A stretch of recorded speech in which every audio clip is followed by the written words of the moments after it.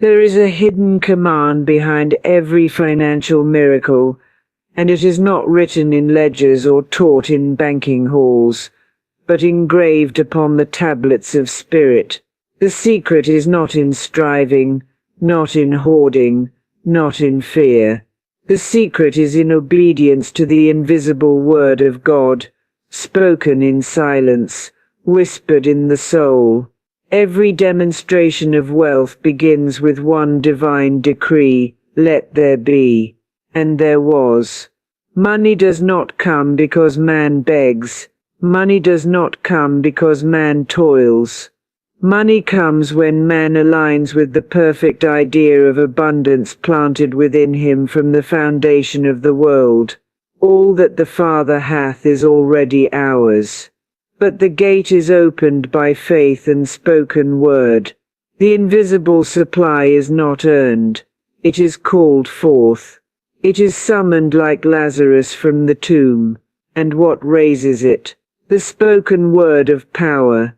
The command in your consciousness that says, divine substance now manifests through expected and unexpected channels. There is no delay in divine mind. You may not see the miracle begin, but it begins the moment you speak in faith, the moment you refuse to be ruled by appearances, the moment you stop repeating lack and start declaring law. The law of opulence, the law of right action, the law of divine circulation, they are all waiting on your command. For the law is a servant to the word, and the word is your wand. Speak it, and it is done unto you. The hidden command is this: I am the child of a rich father. His supply is infinite and immediate. I walk in plenty now. When that command is believed, felt, and spoken, the angels of supply are loosed, channels open, ideas come, debts dissolve, checks appear, doors unlock. And you will not call it coincidence, you will call it answered prayer. Many say I have nothing, but the truth says, you have me, and if you have the source you cannot lack the supply.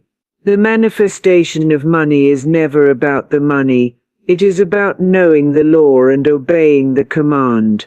The command that says, fear not, stand still and see the salvation of the Lord.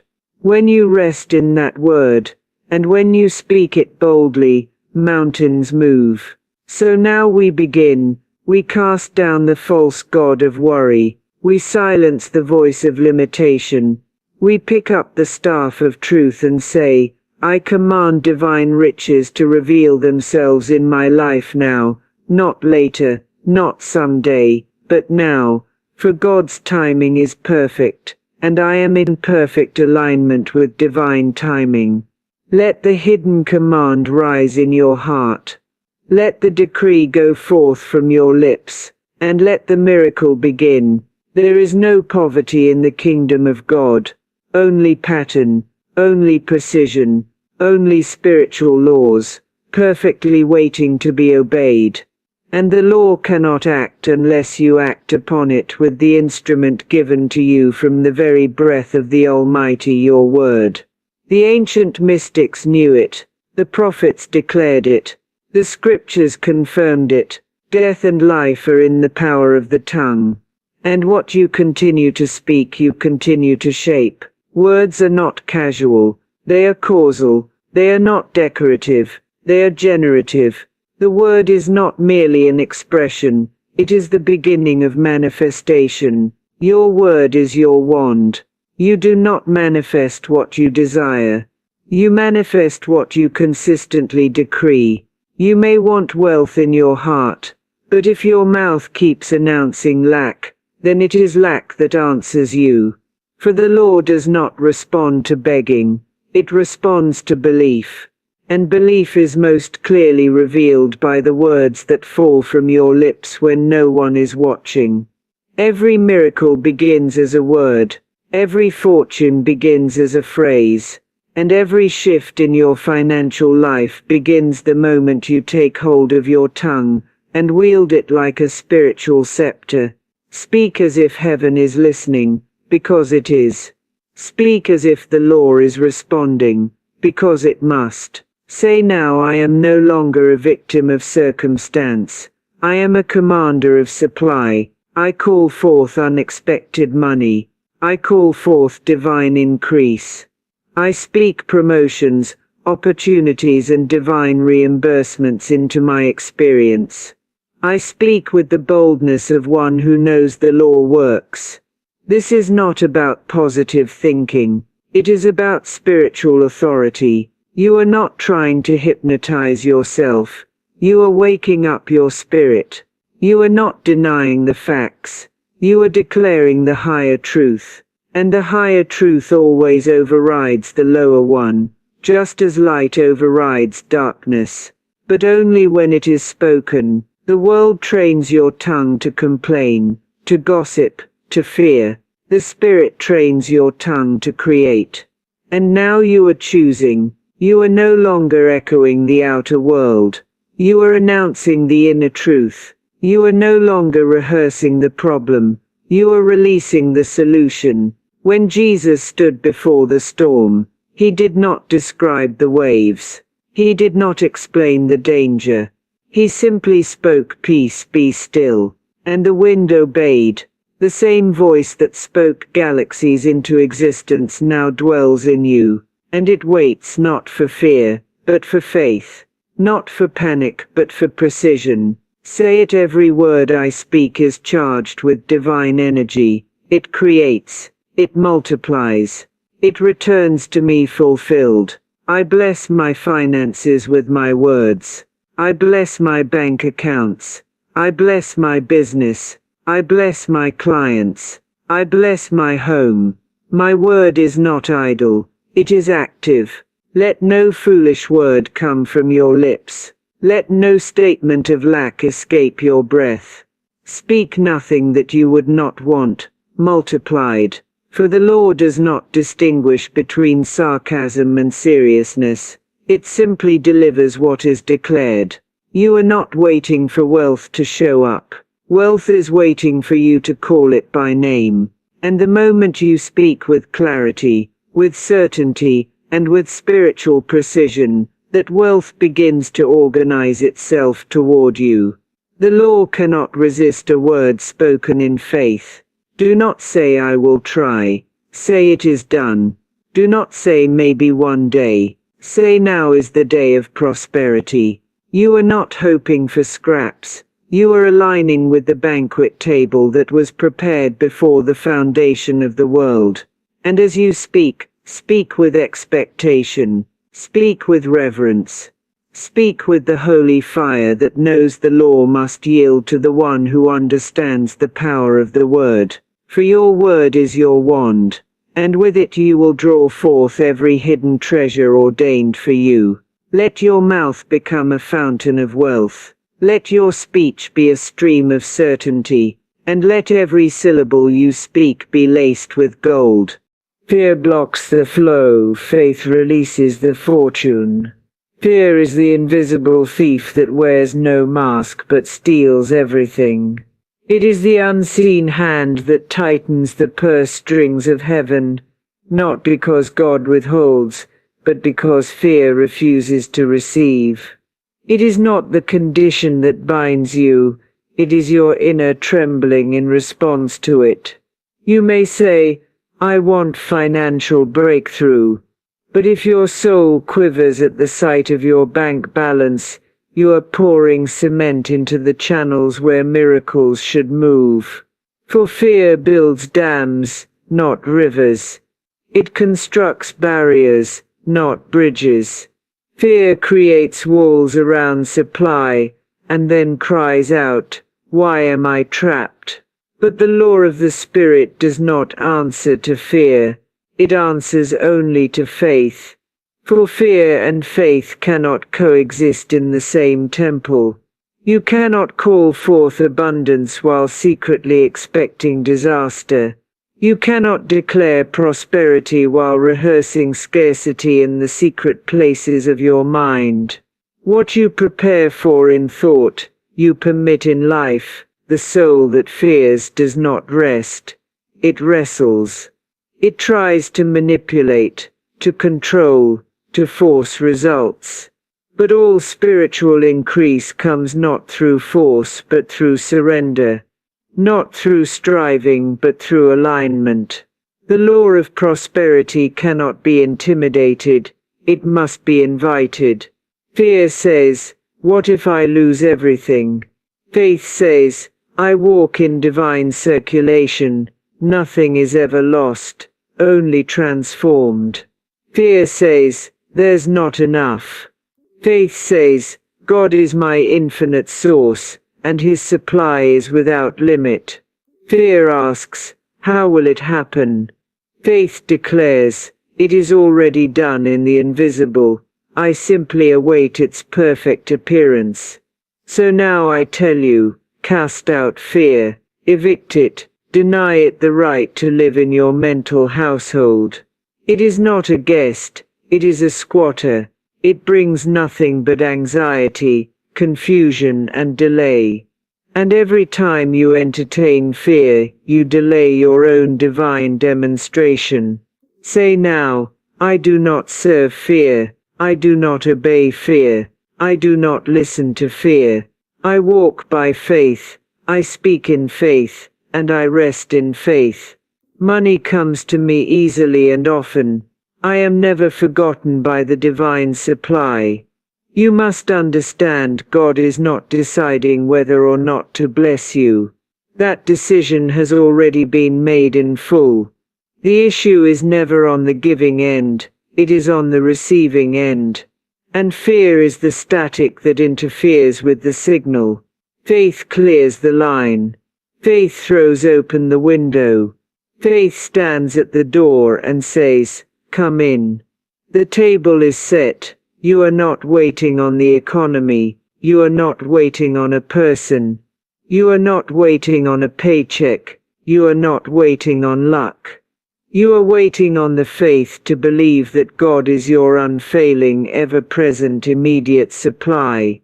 And the moment you believe it, not merely think it, but know it with certainty, the law will hasten to perform it. The greatest secret is this: fear is a liar, but it only lives as long as you feed it. It grows by attention. It multiplies by meditation, but the moment you stop listening, it loses its voice. And when fear dies, fortune begins to live. Let your faith not be a whisper but a roar. Let it not be a flicker, but a blazing fire. And let your heart be so filled with divine certainty that lack cannot find a single crack to crawl into. For when fear is cast out, the floodgates of divine provision swing wide open, and in that fearless space, miracles move unhindered. Money flows like water, opportunities arrive without effort. You no longer chase, it is drawn to you as surely as the dawn follows the night. Then we go deeper now into the place where the soul remembers its throne, where it stops kneeling before money and begins standing in the dominion of divine law. Stop begging, start commanding. You are not a victim of money. Money is not your master. It is not your ruler. It is not your source. It is not your savior. Money is your servant. It was made to move when you speak, not to enslave you with fear or silence. But for too long the children of spirit have forgotten their position. They have bowed low before money, begged for it, worried over it, pleaded with it as if it holds the power. It does not. The power lies in the commanding word. The power lies in the spirit that knows its authority. You are not here to crawl before your supply. You are here to name it, claim it, and stand until it manifests without flinching. The beggar consciousness says, please, I just need a little more. The spiritual commander says, infinite substance, reveal yourself now. Open the way, clear the path, make it visible. The beggar waits for permission. The commander acts in spiritual law. Do you know why Jesus said, "Speak to the mountain"? Because even a mountain will move when a soul speaks with divine confidence. But many do not speak to their mountains. They describe them, fear them, cry over them. They hope for help instead of declaring authority. That is not manifestation. That is bondage dressed as humility. You must stop shrinking when lack enters the room. You must stop treating bills as giants and yourself as grasshoppers. You are a divine heir. You have been given the keys to the kingdom, but what good is a key if you never insert it and turn? Say now, I do not beg, I do not plead, I do not worry. I speak from the throne of the Spirit. I am the vessel of divine command. Money follows me because I am aligned with truth. When you command in truth, you are not being arrogant, you are being obedient. The law was designed to obey your spoken word, as long as it is spoken in faith, without wavering. There is no virtue in passivity. There is no reward in fear masking as humility. Spirit responds to boldness, not timidity. Heaven does not answer desperation, it answers dominion. Let me tell you this, you do not have to wait for someone to approve your abundance. You do not need a sponsor, a connection, or perfect conditions. All you need is a word spoken in faith, from a spirit that knows its covenant with Source. That word moves angels. That word moves opportunities. That word moves money, because it moves you out of fear and into flow. You were never created to be crushed by coins or enslaved by salaries. You were created to govern the energy of money, to send it where it's needed, to use it as a holy tool and to give it purpose by divine direction. It was never meant to dominate you. It was meant to obey you. So stand now. Do not fold your hands in sorrow, raise them in spiritual decree. Do not cry in the dark, command the light, speak the word over your finances, not just once, not as a test, but as a lawgiver, who knows that creation responds to command. No more apologies, no more whispers, no more waiting for life to choose you. You are already chosen. The command is in your mouth. Use it, and watch how the invisible world rearranges itself to fulfill it. Then let the soul quiet its striving. Let the mind cease its chasing. Let the heart lean back into the holy stillness, where all things unfold without toil. I now unveil the fifth light in this sacred journey. The law works when you rest in the knowing. There is a divine rhythm that governs all creation. It is not rushed. It is not anxious. It is not frantic. The law does not panic. The law simply performs. And it performs not for the desperate, not for the doubtful, not for the weary who beg, but for the soul who rests in its operation with unshakable peace. You may speak the right words, but if your heart is tense with worry, if your spirit is biting its nails in fear, you have blocked the current. For every divine command must be followed by rest, not sleep, not avoidance, but the rest of knowing, the calm assurance that says, "It is done," even when the senses scream, "It is not here." Rest is not passive. It is the most powerful proof of faith. Rest is the victory dance before the battle is even won. Rest is the table prepared in the presence of lack, debt, or delay. Rest is the invisible crown worn by the one who trusts the invisible hand. You do not need to push the river. You do not need to chase the money. You do not need to run after your miracle. The law is already in motion. The gears have turned. The channels are opening. Your work is not to strive. it is to stay aligned, and alignment is born from stillness, from worship, from the deep, silent decree that all is well and unfolding as it must. Say now, I rest in divine law, I rest in the certainty of supply, I rest in the flow of what is already mine. There are many who make declarations, but sabotage them with sleepless nights and panicked thoughts. They speak abundance in the morning, and entertain lack by noon. They declare favor, then rehearse fear. The law is not confused, but the soul is, and confusion delays the arrival of good. The universe listens not just to what you say, but to how you feel about what you say. If your words say, I am rich, but your heart says, I don't believe it, the law cannot override your energy. That is why resting is essential. Resting is not laziness, it is sacred agreement.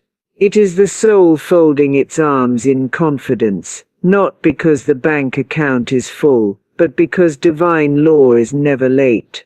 The Israelites did not cross the Red Sea by trying harder. The sea parted when the command was spoken, and the step was taken. That is rest in action. That is faith walking on water. You too must speak, step, and then rest, not in idleness, but in divine expectation. That is the truest form of obedience. Let others run in circles, you stand in peace. Let others try to hustle the harvest, you stay rooted in the promise. For what is meant for you cannot miss you. What is yours by divine right must come, if you do not disrupt it with fear, doubt, or mental noise. You are not the power, you are the conductor of power. You are not the provider, you are the vessel through which provision flows. And the vessel must not shake, the vessel must not rush, the vessel must rest, and in that rest the manifestation begins to take form, not because of effort, but because of spiritual law obeyed. You do not have to make it happen, you have only to know that it is happening, and align yourself with the vibration of that knowing. All heaven and earth respond to the one who walks in quiet confidence. Not because of noise, not because of force, but because of harmony with divine truth. It is done, you have spoken, you have believed, now rest, for that is the posture of those who command miracles. Then open the gate of your understanding, for what the world calls delay is but a divine disguise. Let the heart surrender its impatient grip. For heaven does not run on your clock, it runs on perfect wisdom. Let us now receive the sixth unfolding. Divine timing is not delay, it's precision. There is no such thing as lateness in divine order. What feels like delay is simply the pruning of your path, the perfection of your preparation, the orchestration of every player in your promise. The infinite spirit never misses a moment. The law is exact, the law is timely, and the law is never confused. You may feel overlooked, but in truth you are being positioned. A flower does not bloom in the wrong season, no matter how much it wants the sun to hurry. The oak tree does not emerge overnight, though its seed is fully packed with the blueprint of greatness. So too is your financial miracle fully formed in the unseen. It is waiting not for you to do more, but for you to align more deeply with the rhythm of divine timing. Many panic when nothing seems to move. They scream, "Where is my good? Why has it not come?" And in doing so they pull up the roots of their own prayer. For impatience is doubt dressed in urgency. And the law cannot perform for the doubtful, it waits for agreement. When you declare, "Money comes to me in divine ways," you must not put a human stopwatch to the manifestation. The command was issued, the vibration was set, and now the law must orchestrate the people, places and pathways that fulfill the divine blueprint.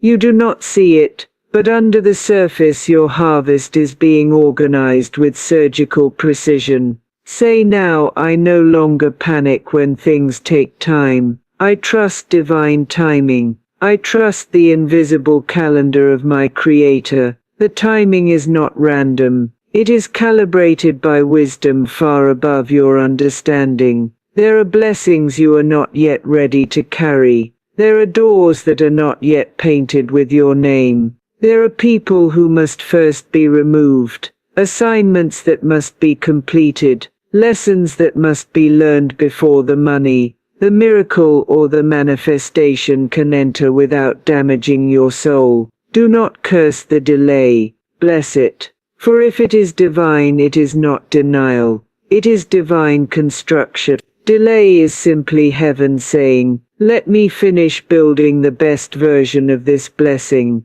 The moment you surrender to that knowing, you stop striving, you stop begging, you stop fearing that it will never come, and instead you enter into partnership with perfect unfolding. God is not bound by urgency, He is bound by law. The law of vibration, the law of belief, the law of right timing. When your vibration is pure, your belief is strong, and your heart is still, you will witness miracles that seem to happen overnight, but were in fact in construction for months or years. Delay is divine precision. Just as the planets do not collide, just as the tide does not arrive 1 second too soon, your provision will not arrive until the precise second it aligns with your readiness, your receptivity, and your spiritual maturity. You cannot force what is divine,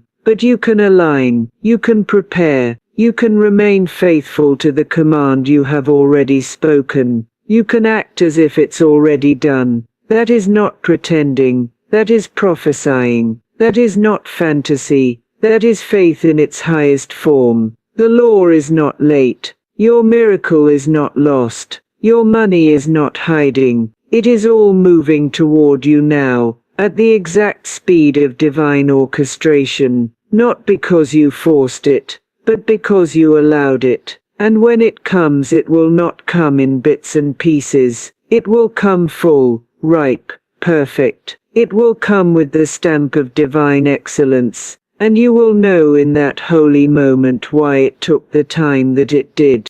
Then let us enter the final chamber of divine understanding. The journey has brought us through the Word, through faith, through command, through rest, through precision, and now we arrive at the final unlocking, the sacred silence that receives. The one who knows the law does not repeat their command like a beggar. They speak once, and then they let the law go to work. They do not groan, they do not chase, they do not hover anxiously around their own desire. They rest, and in that rest, they receive. This is the secret behind all spiritual demonstration. Your knowing is louder than your words. Once the divine decree has been issued, the law must obey. It is not your repetition that makes it happen. It is your unwavering belief that it is already done. A child does not ask the parent for food 100 times if they trust their love. They speak once, and they prepare the table with joy. So too must you. Speak your word for financial supply. Declare it once with authority, with vibration, with faith, and then release it. The spoken word is the spiritual seed. You do not dig it up to see if it's working. You water it with thanksgiving. You protect it with silence. You trust that what has been sown shall break through the soil in due season. This is not passivity, it is power. Only the spiritually mature can speak once and hold their peace. The weak must scream. The unsure must repeat. But the one who knows their divine inheritance says, "It is done," and they do not worry again. When Jesus stood before the tomb of Lazarus, he did not beg, he did not chant, he did not repeat. He spoke, "Lazarus, come forth," and he came. The command was clean, confident and final. That is the way of divine authority. That is the way of spiritual kingship.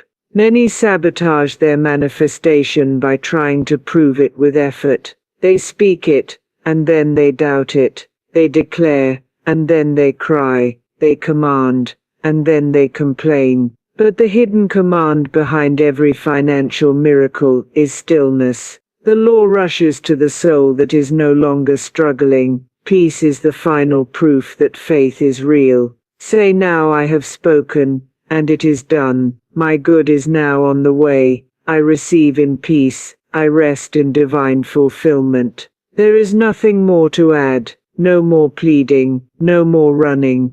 The race is over when the soul believes. The spiritual magnet of faith pulls what is yours through time, space and form, and when you meet it, you will not be surprised. You will smile and say, "Of course, I knew you were coming. I set the table for you." Let your receiving be quiet. Let it be holy. Let it be wrapped in reverence. You are not trying to get anything. You are only claiming what already exists in the invisible. There is no distance between you and your wealth, except your own restlessness. Now rest, for the command has gone out, and the law is at work. Await it, and you shall see, with your own eyes, that which was first spoken by your own lips. For every word of truth returns fulfilled. Not one drops empty, not one falls to the ground. The law never forgets a spoken word of faith, and so it is. Then let us seal this divine journey with a holy benediction, for you have walked through the sacred gates of understanding. You have spoken the word, cast out fear, taken the throne, entered rest, honored divine timing, and received in peace. Now let the entire universe echo the decree of your soul. Close your eyes, still your heart, and receive this benediction of financial manifestation.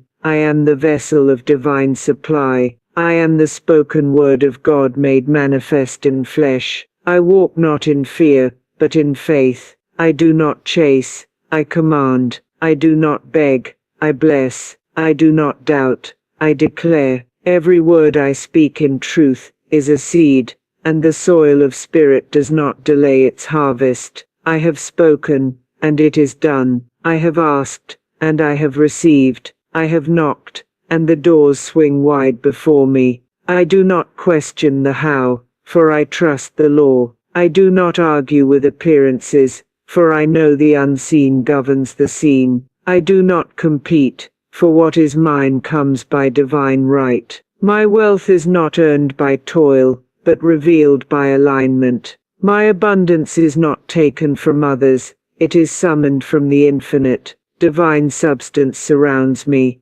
divine wisdom leads me, divine law obeys me, because I obey it first. The angels of supply move on my behalf. The corridors of commerce bend to serve the vision I hold in faith. Money flows to me, not as a reward but as a reflection. I do not serve money. Money serves me. I am the master. I am the heir. I am the voice of divine decree. I release all need to control, to prove, to panic. I rest. I trust. I know. My word is law in the kingdom of form. And now I speak my final word in this series. Let there be light in my finances. Let there be freedom in my supply. Let there be ease in my wealth. Let there be joy in my harvest. It is finished. It is sealed. It is done. And so it is.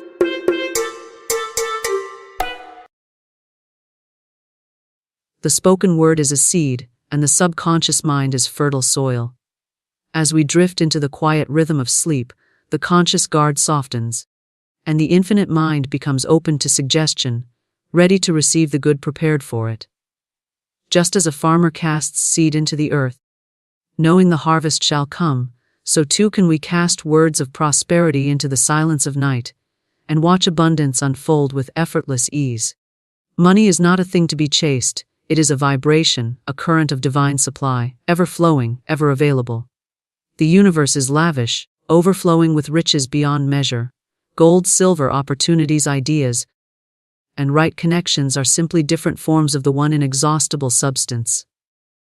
When the mind is attuned to this substance, riches seek the dreamer, just as rivers find their way to the sea. To become a magnet for money is not to strive, but to align. A magnet does not struggle to draw iron. It simply is. Its nature does the work.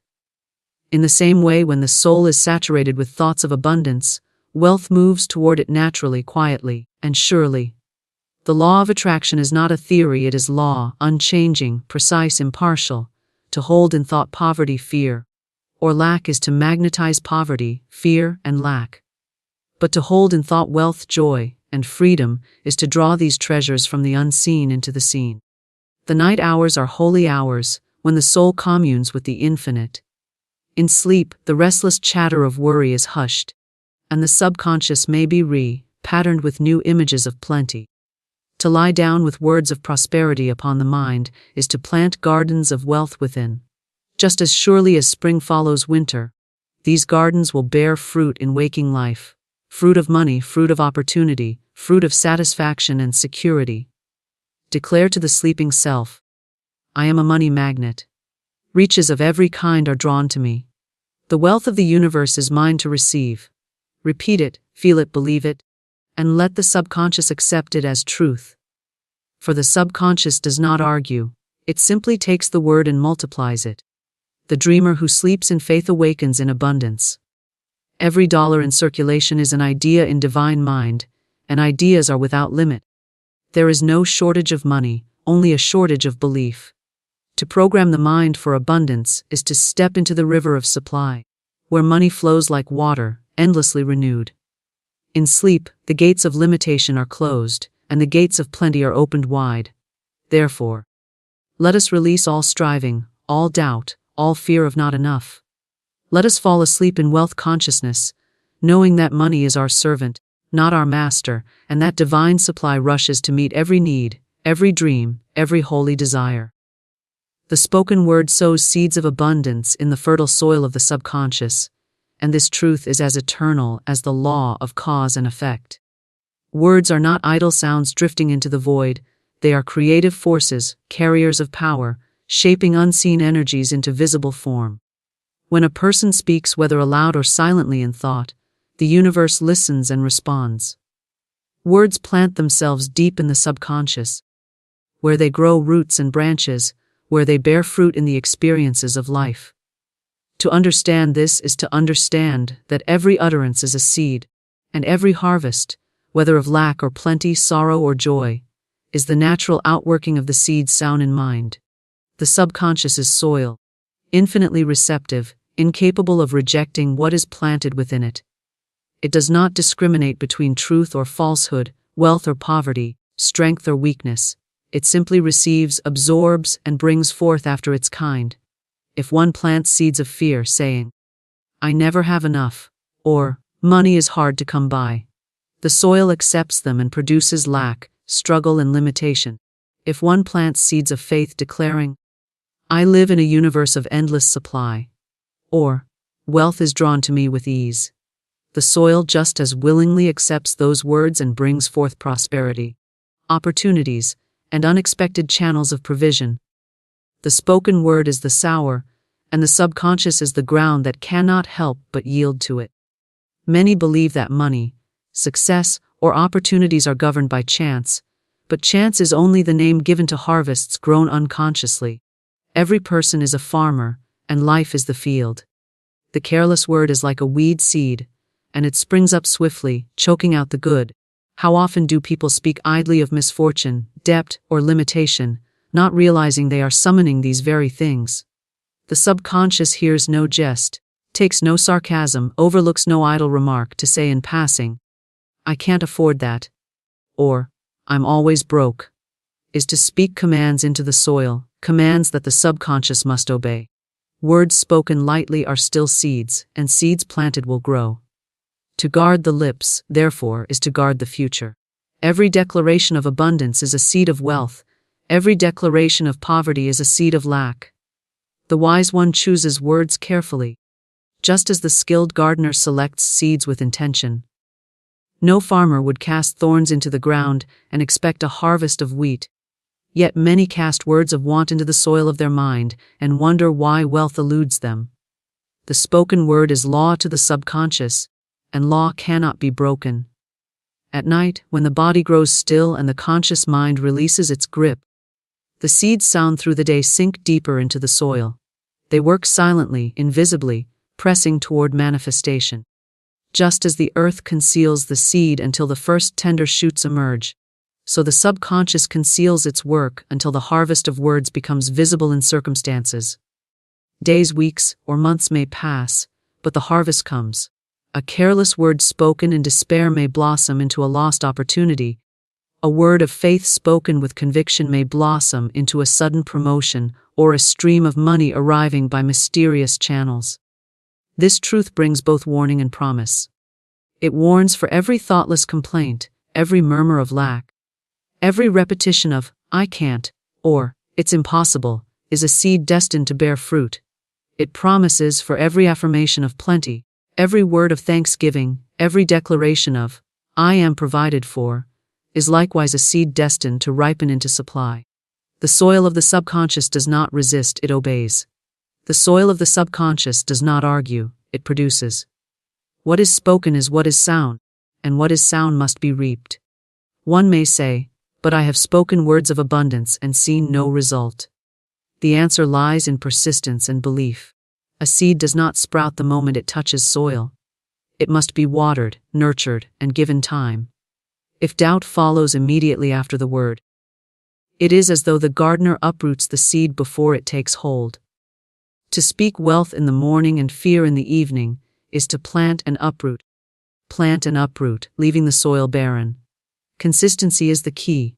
The spoken word must be repeated until it imprints itself deeply in the subconscious, until the soil grips it so firmly that no contrary thought can tear it out.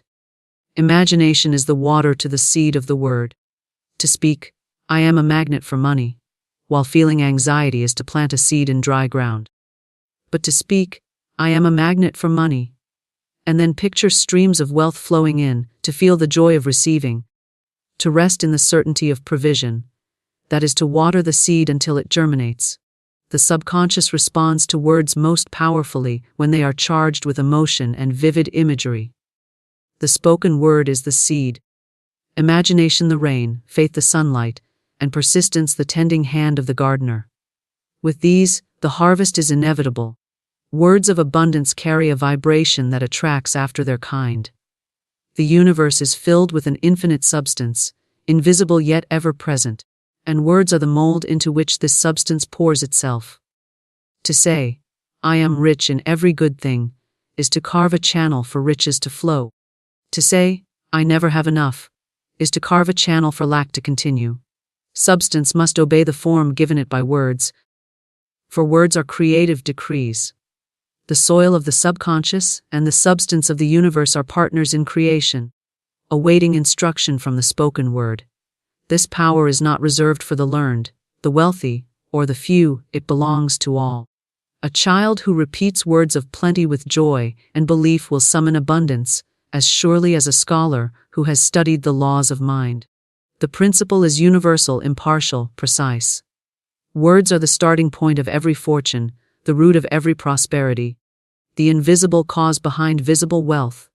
Those who master their words master their world. The spoken word sows seeds of abundance in the fertile soil of the subconscious, and the harvest of life is nothing more than the blossoming of these seeds into form.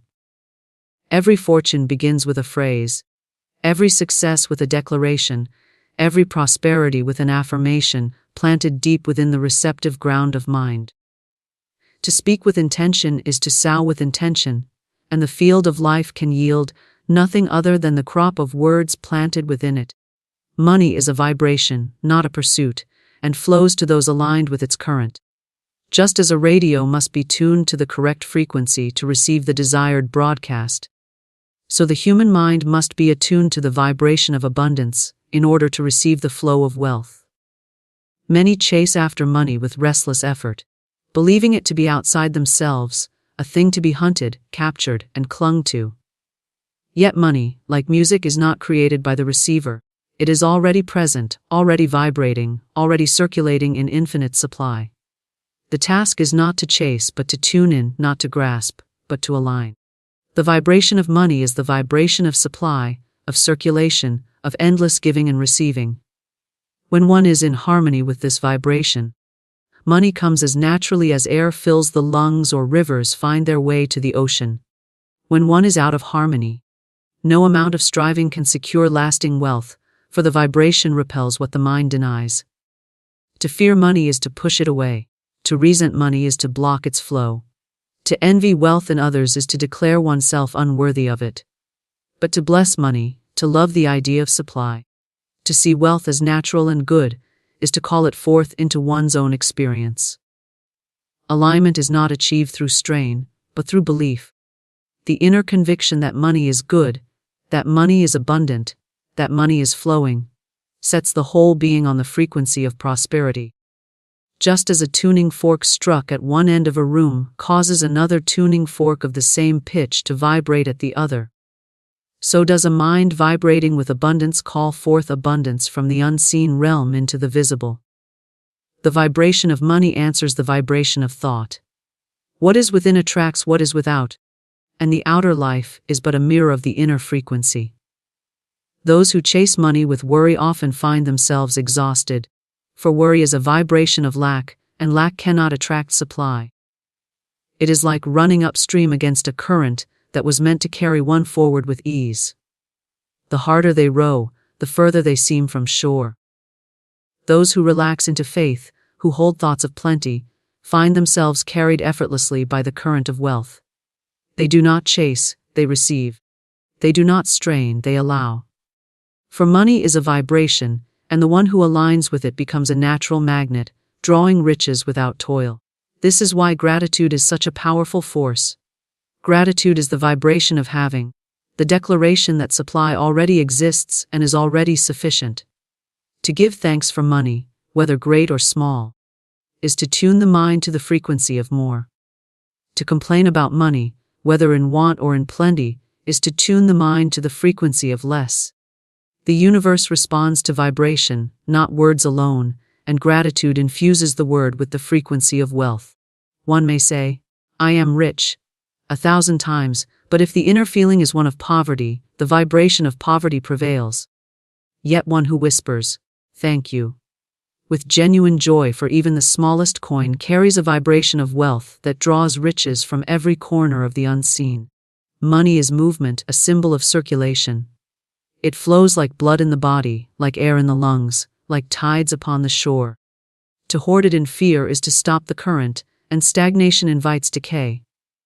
To release it in trust is to keep the current alive, and circulation ensures return. Those who clutch at money with fear vibrate at the level of scarcity, and find that what they cling to slips away. Those who release with joy vibrate at the level of abundance, and find that what they give returns multiplied. The vibration of money demands flow. An alignment is achieved when giving and receiving are equally embraced as natural expressions of supply. The vibration of money is not only material but also mental. Ideas are currency, imagination is wealth, inspiration is a form of riches. To be aligned with the vibration of money is to open the mind to fresh ideas, to see opportunities where others see obstacles, to receive guidance and intuition that lead to prosperity. Wealth does not always arrive as coins or notes. Often it arrives first as a thought, a vision, a hunch, a door slightly ajar. Those attuned to the vibration of money recognize these signs and act upon them, turning unseen wealth into seen wealth. Those out of tune dismiss them, blind to the treasures that pass before their very eyes. Fear of money, disdain for money, or the belief that money is evil, lowers the vibration and creates resistance. Many long for wealth yet secretly despise it, declaring it corrupt or unspiritual. Such contradiction blocks the flow, for the vibration of desire is cancelled by the vibration of disdain. To align with the current of money is to see it for what it truly is, a tool, a servant, a symbol of divine supply. In the hands of the aligned, it builds, blesses, heals, uplifts, and multiplies good. The vibration of money is neutral, like electricity. It simply amplifies the vibration of the one who wields it. Those who love money rightly, as an expression of infinite abundance, draw it without guilt, without struggle, without fear. The vibration of money is harmony with life itself, for life is abundance. Nature does not hoard its blossoms, but scatters them freely. The ocean does not ration its waves, but pours them endlessly. The sun does not measure its light, but shines without ceasing. To attune oneself to money is to attune oneself to this same lavish principle of the universe. Scarcity is a man-made illusion. Abundance is the eternal reality. Those who believe in scarcity vibrate with it and experience it. Those who believe in abundance vibrate with it and receive it. Belief sets the tone sets the vibration, and vibration calls forth experience. Money responds to joy, for joy is a high vibration. To work in drudgery, fearing the loss of money, keeps one in the vibration of struggle. To work in joy, delighting in the circulation of wealth, sets one in harmony with prosperity. Joy opens doors, joy dissolves obstacles. Joy attracts opportunities. The vibration of joy is kin to the vibration of money, for both are expansive, free-flowing, life-giving. A cheerful giver and a cheerful receiver alike are tuned to the current of supply. Money, then, is never outside oneself. Never a thing to be pursued down barren roads. It is a vibration already present, already flowing, already waiting to be received. To align with it is to rise in thought, to shift in feeling, to speak words that affirm abundance, to give thanks for what is, and to expect more. Alignment is the effortless posture of faith, the restful awareness that supply is everywhere, within and without, and that the vibration of wealth answers the vibration of mind. When the mind sings the song of abundance, money dances toward it, keeping time with the rhythm of thought. A magnet does not strive. It attracts by nature, so does the mind saturated with wealth consciousness.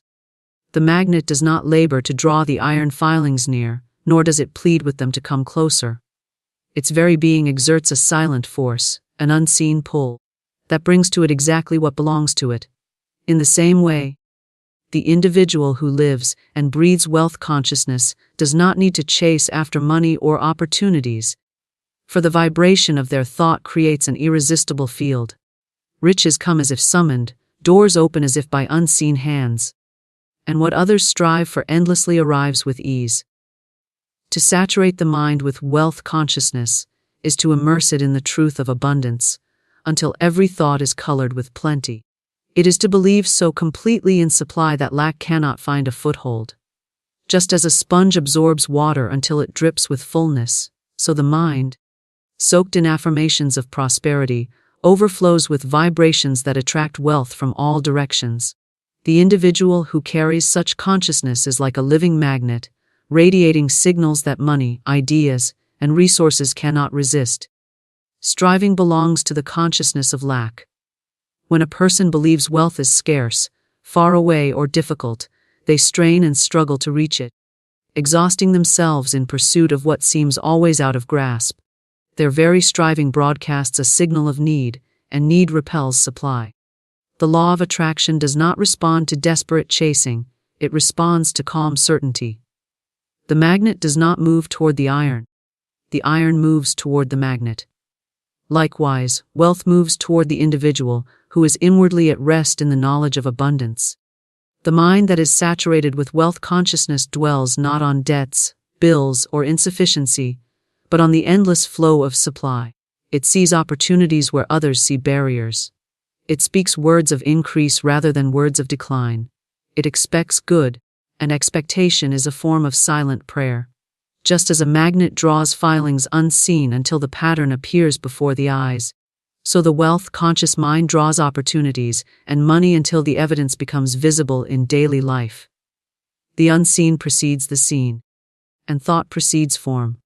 When one understands this, effort takes on a new meaning. Action is still required, but it is not frantic, exhausting, or fear-driven. It is inspired action, flowing naturally from the wealth vibration within. A person saturated with wealth consciousness feels nudges, receives ideas, and meets circumstances that lead them effortlessly into prosperity. What others call coincidence is in truth the magnetic law at work. The right people appear at the right moment, the right opportunity is revealed, and the way forward is lit step by step. This law is impartial. The magnet does not decide which filings it shall draw, it attracts all within its field by the nature of its force. So too does wealth consciousness attract wealth without favoritism. It matters not the background, the education, or the history of the one who holds it. The law of attraction responds only to vibration. A pauper who saturates their mind with wealth consciousness becomes a magnet for prosperity, while a wealthy person filled with fear of loss becomes a magnet for poverty. The outer condition shifts to match the inner saturation. To saturate the mind is to make wealth thoughts habitual, automatic, and dominant. Occasional affirmations cannot accomplish this, just as a single drop of water cannot soak a sponge. Repetition, immersion, and continual focus are the tools by which the mind is trained. To rise each morning with words of abundance, to retire each night with visions of prosperity, to bless every coin that passes through the hands. These acts drip abundance into the subconscious until it is fully soaked. Once the saturation is complete, the attraction is effortless and constant. For the subconscious governs the outer life more powerfully than fleeting conscious thoughts. Consider the difference between the one who lives in worry and the one who lives in assurance. The worrier, even while working hard, radiates doubt, and doubt pushes away supply. The assured, even while at rest, radiates confidence, and confidence calls wealth near. Striving belongs to the worrier. Magnetism belongs to the assured. The magnet is silent, invisible in effort, yet powerful in result. So is the wealth-conscious mind. Money itself is sensitive to vibration. It flows toward joy, ease, and certainty, and flees from fear, resentment, or guilt. Those who despise wealth, or believe it corrupt, repel it unconsciously, no matter how much they outwardly seek it. Those who honor wealth as a tool of good, who see it as an expression of divine abundance, create a field of welcome into which money eagerly flows. The magnet attracts what it does not resist, and the wealth-conscious mind attracts wealth when all inner resistance is dissolved. Saturation requires discipline of thought. The world is filled with voices of lack, news of scarcity, tales of debt, warnings of downturn. To listen continually is to saturate the mind with fear, which creates the opposite magnetism. To withdraw attention from lack and direct it steadily toward abundance is the task of the one who seeks wealth consciousness. What the mind consumes daily becomes the vibration it emits, and what it emits is what it attracts. Imagination is the great ally in this process. To picture oneself already prosperous, to feel the joy of supply, to rehearse in the inner world the life of abundance, is to drench the subconscious with wealth images. These images become the mold into which reality pours. The magnet does not create the filings. It only arranges them according to its pattern. The wealth-conscious mind does not create money out of nothing. It arranges circumstances, people, and opportunities according to its vibration. Imagination sets the pattern and reality conforms. Even in small things, the principle reveals itself. To look at a single coin and see it as a symbol of endless supply is to charge that coin with magnetic power. To receive payment and bless it with gratitude is to increase its vibration. To spend joyfully, knowing circulation ensures return, is to keep the magnetic field strong. Every thought, every word, every feeling is either strengthening or weakening the magnet of the mind. By conscious choice, the magnet grows stronger until nothing can resist its pull. The magnet does not tire of attracting, nor does it doubt its power. Its nature is attraction, and it exerts it without effort. So too can the mind, once saturated with wealth consciousness, live in continual attraction. To dwell in assurance, to feel the truth of abundance, to think wealth until it becomes the very air one breathes, is to turn oneself into a living magnet, around whom prosperity gathers without resistance and without fail. Night hours are holy, where the subconscious receives and multiplies words of prosperity. When the body is at rest and the conscious mind drifts into silence, the deeper mind awakens to its great work. The subconscious, unguarded by doubt and free from the noise of daily thought, becomes like rich soil waiting for seed. Every word spoken before sleep, every image held in the mind as the eyelids close, drops into this soil and begins to germinate. The night is not a time of emptiness, but a time of unseen activity, where thoughts transform into patterns, and patterns prepare to manifest in waking life. During the day, the conscious mind argues, questions, resists. It hears an affirmation of prosperity and whispers back, but the bills are unpaid. It hears a declaration of wealth and insists, but my bank account is empty. At night, however, this resistance loosens. The guard falls asleep, and the subconscious accepts what is given without protest. If a person falls asleep rehearsing worries, those worries are magnified in the deep mind and replayed as restless dreams, eventually seeding lack into waking circumstances. But if a person falls asleep with words of abundance, gratitude, and prosperity, the subconscious multiplies them as a gardener multiplies seeds in the earth. The holy hours of night amplify what is sown, and the harvest appears in due season. The ancient wisdom of sleep lies in its power to cleanse and renew, not only the body but the soul. Just as the body repairs itself in slumber, the inner world repairs itself too. Every affirmation spoken before sleep is a command issued to the unseen self. To say, I am surrounded by wealth, I am prosperous in all ways, I am open to receive divine supply, is to instruct the subconscious to make these truths real. The subconscious does not judge or question. It simply creates from what it is given. It is the faithful servant of the spoken word, and at night it works without interference. Night carries a sacred stillness. The world grows quiet, distractions fade, and the soul becomes receptive. In this stillness, words of prosperity gain special power, for they are not competing with the clamor of noise or the weight of business. They sink deeper, resonate longer, and imprint themselves more firmly on the inner fabric of being.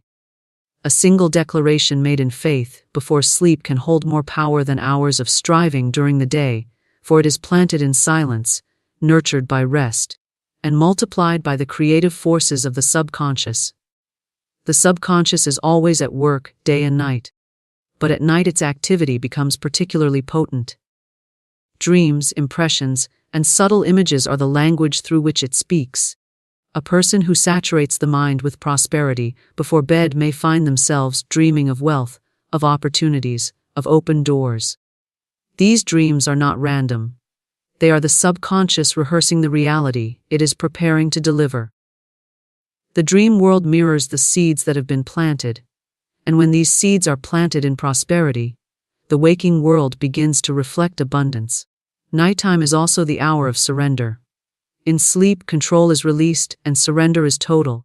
This surrender allows the subconscious to take over completely. Struggle ceases, effort ceases, and in this ceasing lies great power. Prosperity is never the fruit of strain, it is the fruit of alignment.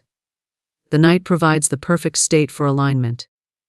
For the conscious mind no longer resists with doubts and fears.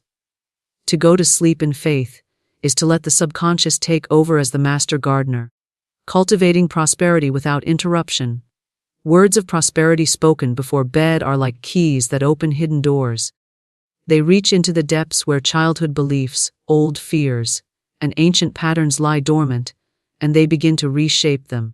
A person who has long believed in struggle may begin to dissolve that belief by affirming abundance at night.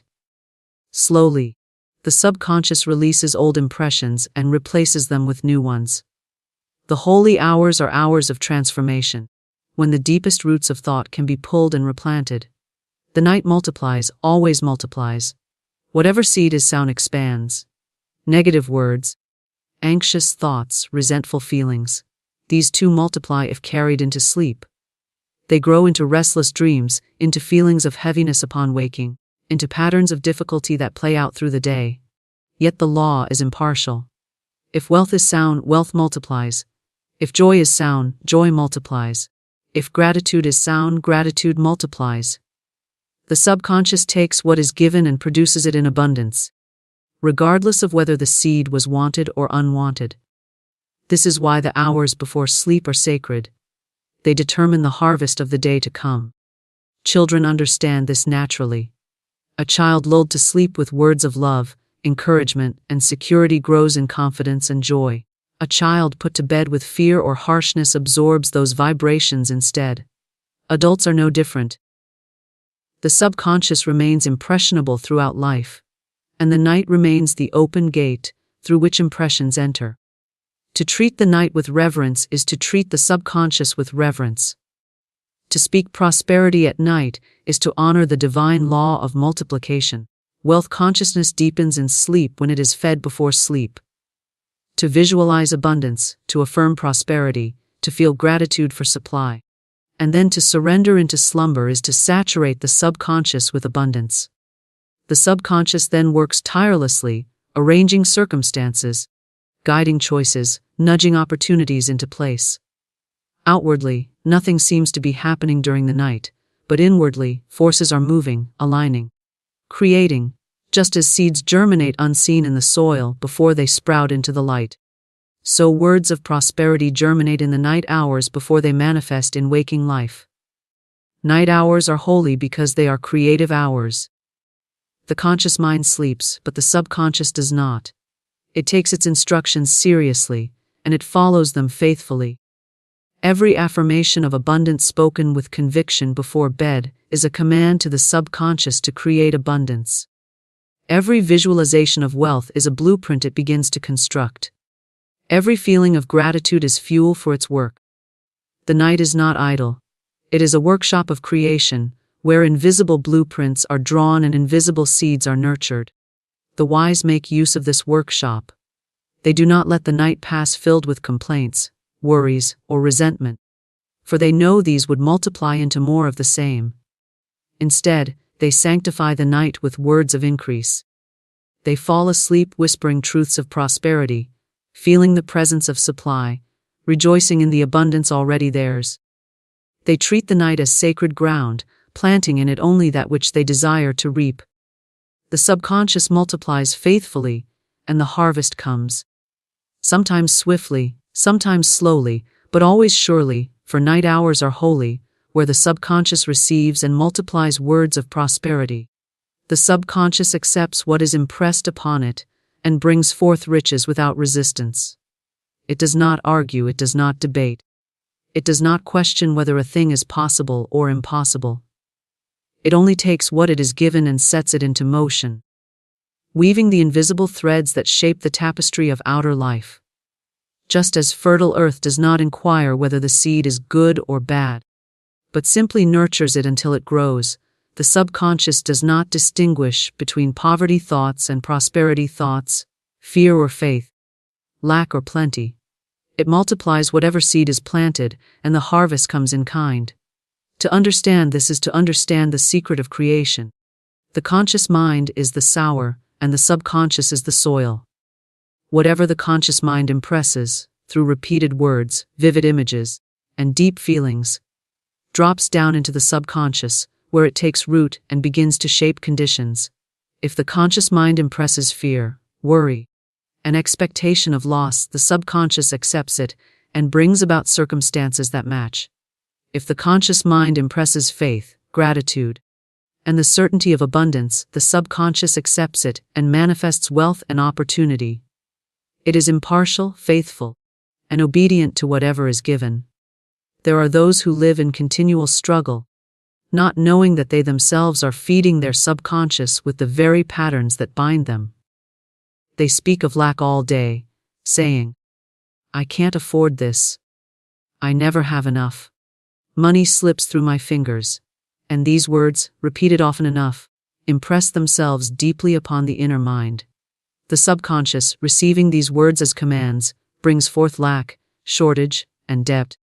Yet they wonder why prosperity evades them, not realizing they are harvesting exactly what they have planted. The law cannot fail, it can only reflect. On the other hand, those who learn to guard their words and direct their thoughts are like wise farmers who plant only good seed. They declare, "I am always supplied. Money comes to me from many channels. I am prospered in all my ways." And these affirmations, spoken with conviction and repeated with consistency, sink into the subconscious. The subconscious, ever receptive, brings them to pass, arranging circumstances, guiding ideas, and drawing resources. What seems like coincidence to the outer eye is simply the law of the subconscious unfolding. The subconscious brings forth riches without resistance, because it has no power to resist. Resistance belongs to the conscious mind, which argues, analyzes, doubts, and fears. The subconscious only accepts and creates. It is like clay in the hands of the potter, taking whatever form is pressed upon it. It is like a mirror, reflecting whatever is held before it. It is like a servant, carrying out orders without question. This is why the impressions given must be chosen with care, for the subconscious is always listening, always receiving, always creating. Emotion deepens impression. A casual thought may pass through the mind without sinking into the subconscious, but a thought charged with feeling sinks deep. To worry with fear is to impress fear deeply, and the subconscious multiplies it. To affirm with joy is to impress prosperity deeply, and the subconscious multiplies it. The intensity of the feeling is like the depth of the planting. Shallow seeds bring weak crops, deep seeds bring abundant harvests. This is why gratitude, joy, and certainty are powerful tools for impressing prosperity. They plant the seeds of wealth so deeply that nothing can uproot them. Repetition also secures impression. A single statement may be quickly forgotten, but words and thoughts repeated again and again carve grooves in the subconscious. Just as water flowing continually over stone wears a channel, repeated affirmations wear channels in the subconscious until they become pathways for manifestation. The subconscious thrives on repetition. What is spoken often, it takes as truth. What is imagined often, it accepts as real. What is felt often, it multiplies without hesitation. Visualization is another way of impressing the subconscious. To see in the mind's eye the life of abundance, to picture wealth flowing freely, to imagine the joy of receiving, is to impress these images upon the inner mind. The subconscious does not distinguish between imagined and actual. It only knows the impressions given. When the image is clear and repeated, the subconscious sets about to create circumstances that match. The invisible picture becomes the visible reality. The subconscious is tireless in its work. While the conscious mind grows weary and rests, the subconscious continues without pause. During sleep, it processes impressions and works to bring them into form. It does not delay, it does not resist, it does not stop. It simply unfolds what it has been given, in perfect order and timing. This is why the hours before sleep are powerful, for the last impressions of the day sink deep and are carried through the night, magnified and multiplied. Riches, then, are not limited to money alone, but include health, joy, relationships, opportunities, and peace of mind. The subconscious can be impressed in any direction. If it is impressed with lack of health, it manifests disease. If impressed with vitality, it manifests strength. If impressed with loneliness, it manifests isolation. If impressed with love, it manifests companionship. The law is exact, impartial, and unfailing. Whatever is impressed, it expresses. Some believe that willpower alone creates results, but willpower often fades, and the conscious effort of will is filled with resistance. True creation flows not from will but from impression. Once the subconscious has been impressed, the results come naturally, without strain, without struggle. It works silently, invisibly, and irresistibly, bringing about the outer reflection of the inner belief. The river flows where the channel is dug, and the subconscious is the one that digs the channel according to the pattern given it. The subconscious accepts words most easily when they are spoken with authority and finality. To say, "I am prosperous," with conviction impresses the idea far more than to say it half-heartedly. To say, "Wealth flows to me," as though announcing a fact, impresses the subconscious as truth. The subconscious responds to the tone of certainty, for certainty carries the vibration of reality. Doubt weakens the impression, but faith strengthens it. The more unwavering the declaration, the more powerful the imprint on the subconscious. It is not necessary to understand how the subconscious works in order for it to bring forth riches. Just as it is not necessary to understand how a seed grows in order to reap a harvest. It is only necessary to plant, to water, to nurture, and to trust the process. The subconscious has its own intelligence, its own ways of arranging circumstances, its own mysterious methods of bringing supply. The visible mind cannot always see the path, but the invisible mind knows the way. The subconscious accepts what is impressed upon it and brings forth riches without resistance, faithfully, tirelessly, without judgment, without delay.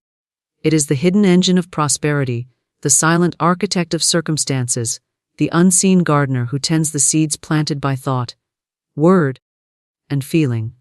Whatever is sown is reaped, and the soil is always ready, always fertile, always responsive to the impressions it is given. There is no shortage of money, only a shortage of belief in infinite supply. The universe is a boundless storehouse, overflowing with wealth in countless forms, waiting to be claimed by those who believe. Gold, silver, paper currency, digital figures on screens, these are but symbols of the one substance that fills all space. Ideas, opportunities, inventions, connections, and inspiration are forms of the same infinite supply. Lack is not in the universe itself, for the earth produces without ceasing. Rivers flow without pause, stars shine without dimming, and life renews itself endlessly. Lack exists only in the mind that closes its eyes to abundance and chooses to dwell in limitation. The illusion of shortage arises when people mistake appearances for truth. A bank account may appear small, a wallet may seem empty. A bill may arrive demanding more than one thinks they possess, but these are only surface shadows. Beneath them lies the truth of inexhaustible supply.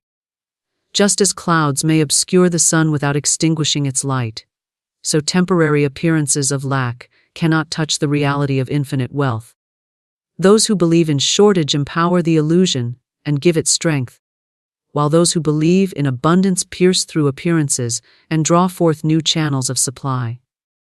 Belief is the key that unlocks the storehouse. To believe in shortage is to lock the door, to believe in abundance is to open it wide. The subconscious mind responds to belief as law, creating conditions to match the inner conviction. If a person continually affirms, "There is not enough," the subconscious accepts it and manifests lack accordingly. If a person affirms, "I live in a universe of infinite supply," the subconscious accepts it and arranges channels for supply to flow. Belief is the magnet, drawing to itself whatever it holds as true. The world is filled with examples of this law at work. Some grow rich in times of economic downturn because they believe in opportunity where others see only loss. Some remain poor in times of prosperity because they believe scarcity hides behind every gain. The difference is not in circumstance but in consciousness. Those who believe in infinite supply see opportunities in every direction, and those opportunities multiply. Those who believe in shortage see closed doors at every turn, and those doors remain closed. The universe reflects belief with impartial accuracy. Nature itself testifies to abundance. A single tree produces thousands of seeds, more than enough to cover the earth in forests. A field of wheat multiplies from a handful of grains into a harvest that feeds nations. The ocean sends wave after wave without end, and the sun rises faithfully every morning, pouring out light without rationing its rays. To walk through nature is to walk through a living parable of infinite supply. The only shortage is the human refusal to believe in what is plainly revealed. Fear is the great thief of supply. Fear whispers, "There is not enough," and the mind accepts this lie as truth. Fear clutches, hoards, withholds, and resists circulation, cutting off the very flow it dreads to lose. Yet money, like blood, like air, like water, is meant to circulate. When it is held too tightly, it stagnates. When it is released with faith, it returns multiplied. Fear creates shortage because it trains the mind to see lack, to expect lack, to prepare for lack, and what is expected must be fulfilled. Faith creates abundance because it trains the mind to see supply, to expect supply, to prepare for supply, and what is prepared for must arrive. The belief in shortage has been taught through generations, passed down as a false inheritance. Children are told, "Money doesn't grow on trees. Life is hard. You must struggle to get ahead. These statements, repeated often, sink into the subconscious and create a worldview of limitation. Yet they are illusions, for money itself comes from trees in the form of paper, and life itself flows with effortless abundance when aligned with divine law. To break the cycle of inherited scarcity, one must plant new beliefs. Money flows freely to me. I live in ease and abundance. I am supported by infinite supply. These new seeds uproot the old and create a new harvest. There is no shortage in the substance of the universe, only shortage in human imagination. Every invention once seemed impossible until belief opened the way. Every fortune once seemed unattainable until someone believed it could be created.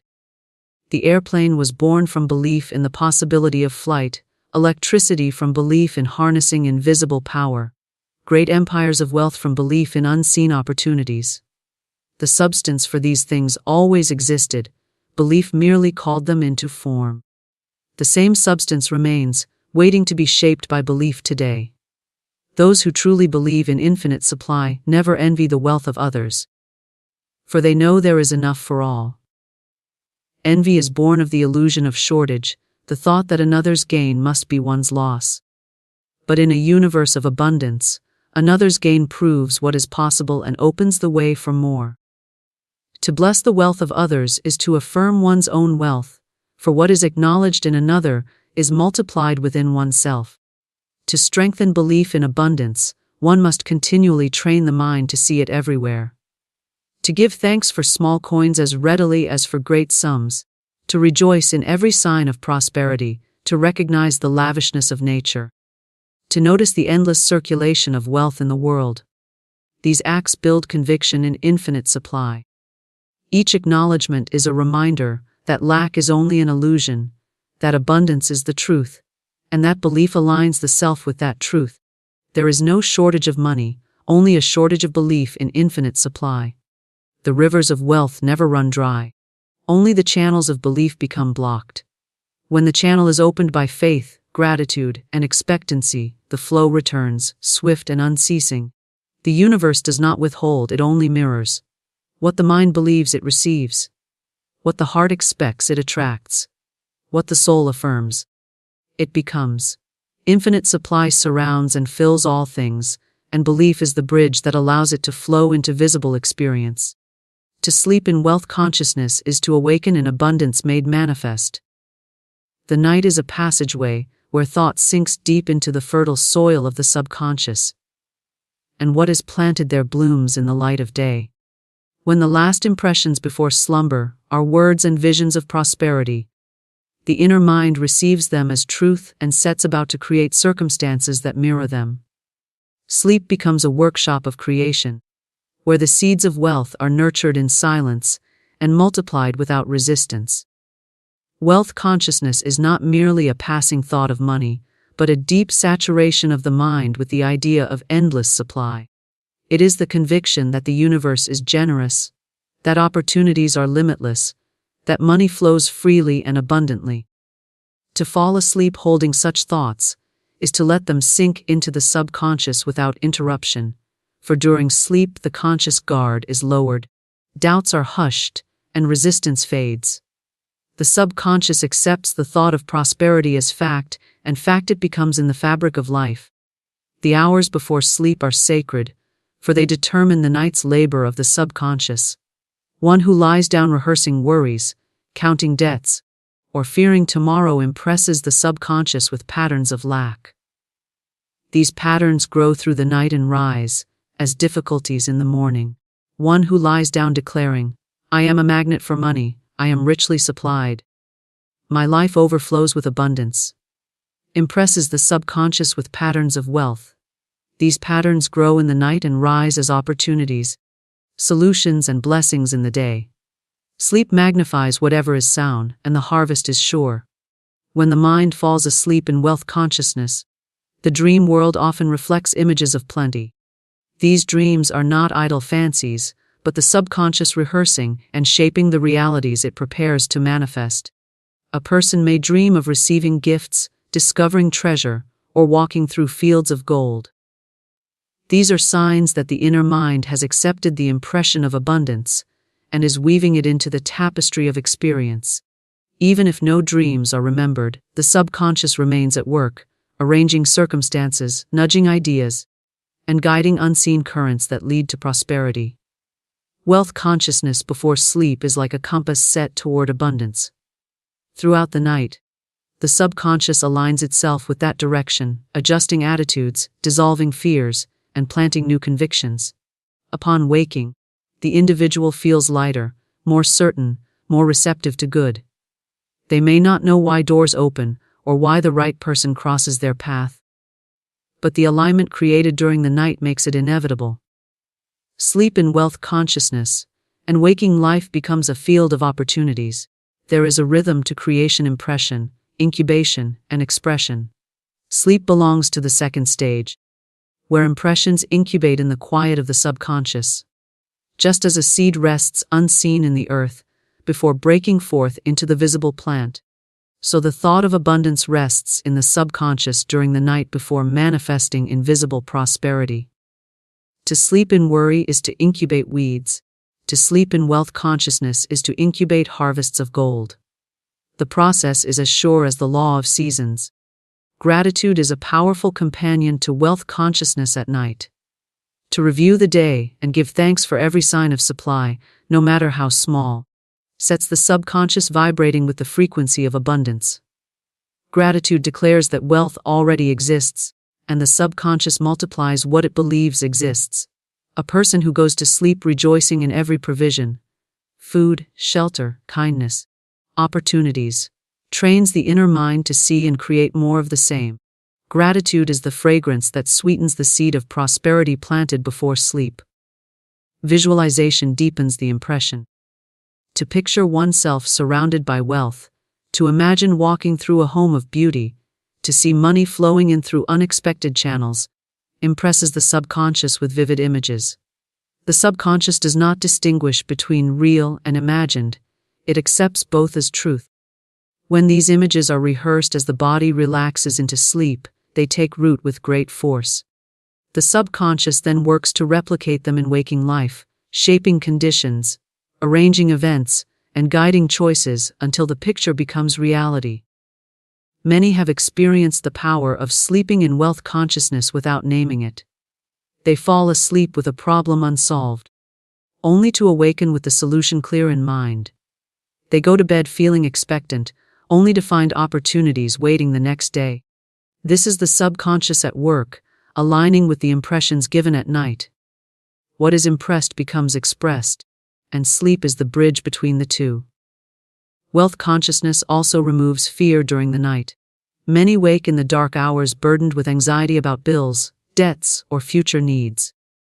But one who has filled their mind with abundance before bed drifts into sleep with peace, knowing they are supplied. That peace itself is a vibration that attracts wealth. Fear repels, but peace attracts. To sleep in peace is to declare trust in infinite supply. And trust is answered with provision. The practice of sleeping in wealth consciousness transforms even the smallest details of life. A person may find unexpected refunds, surprise gifts, opportunities for income, or new ideas that generate prosperity. These outward results are only the surface ripples of the deep inner current set in motion during the night. The subconscious, once impressed with wealth, works tirelessly to bring wealth into form. It knows no obstacle, for it does not reason in terms of impossibility. It only fulfills what it has been given as truth.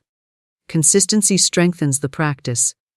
To fall asleep once in wealth consciousness may bring a single result, but to fall asleep nightly in this state creates an unbroken chain of impressions. The subconscious, saturated with abundance, becomes fixed in wealth consciousness, and prosperity flows continually. Just as a garden watered daily flourishes, the mind watered nightly with thoughts of abundance flourishes with prosperity. The more consistent the practice, the richer the harvest. The one who sleeps in wealth consciousness becomes a magnet for abundance in every form. They attract money, but also health, joy, peace, love, and opportunity, for wealth is more than currency, it is the fullness of life in all directions. The subconscious, once aligned with wealth, draws to itself everything that corresponds to abundance. People appear, ideas unfold, doors open, and circumstances align. The world bends to the vibration of the wealth, conscious sleeper, and waking life reveals what was impressed in the night. To sleep in wealth consciousness is to plant seeds of prosperity in the deepest soil of the mind, seeds that cannot help but sprout into the visible world. It is to use the night as a sacred workshop, where thoughts of plenty are multiplied in silence. It is to rest in faith, knowing the subconscious is a faithful servant, always creating from the impressions it is given.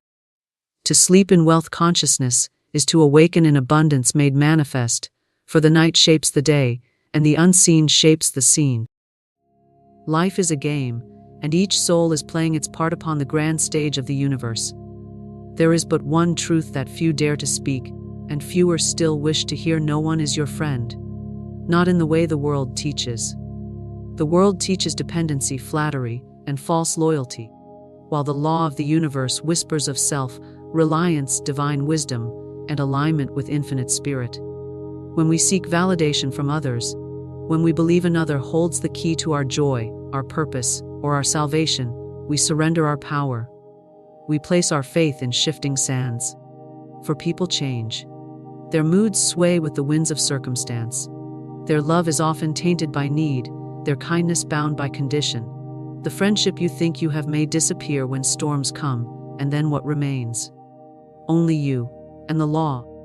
There is a divine intelligence that works through you. It is your truest friend, your eternal companion. People may walk beside you for a time, but they cannot walk as you. They cannot think your thoughts, or speak your words, or dream your dreams. When you mistake companionship for your compass, you wander from your true path. When you wait for support, you delay your destiny. The wise soul learns to stand alone, not in bitterness, but in clarity, not in pride, but in power. For when you no longer need a friend to feel whole, the world transforms. You begin to attract those who mirror your light, not your lack. You draw to yourself allies, not anchors, supporters, not saviors. You see, the law is precise. The outside mirrors the inside, and until you are enough for yourself, no one will ever be enough for you. Declare it. I am whole. I am guided. I am free. Let this be your foundation. Speak your word and stand firm. You do not need to chase friendship. You do not need to fear solitude. What seems like loneliness is often the sacred space where your soul learns to hear its own voice. Stronger than fear, louder than the noise of others' opinions. That voice is the voice of the infinite. That voice is your true friend. Let go of the illusion. Stop waiting to be chosen, invited, or accepted. You are chosen already, by life itself. Stand in your authority. Trust the divine order, and you will find that what you once sought in others, you have always carried within. Rely on the divine, not on people. This principle stands as a foundational truth for those walking the path of spiritual mastery. In a world where relationships are often idolized and dependence on others is normalized, the soul that chooses to align with divine intelligence finds true stability. The external world is ever shifting. People come and go. Emotions rise and fall. Promises are made and broken. But the divine, the unseen yet ever-present source of all life, remains constant, immutable, and infinitely wise. When you rely on people, you lean on a crutch made of clay. It may hold you for a moment, but under the pressure of life's weight, it will crack. Friends, lovers, family, colleagues, they are all playing their roles in their own dramas. Their words are filtered through their experiences, their wounds, and their beliefs. Their support may be genuine, but it is limited.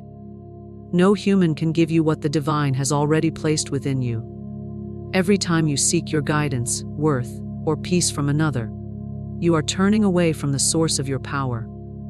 The law of the universe is clear: you attract what you radiate. When you operate from wholeness, you draw in those who match your frequency.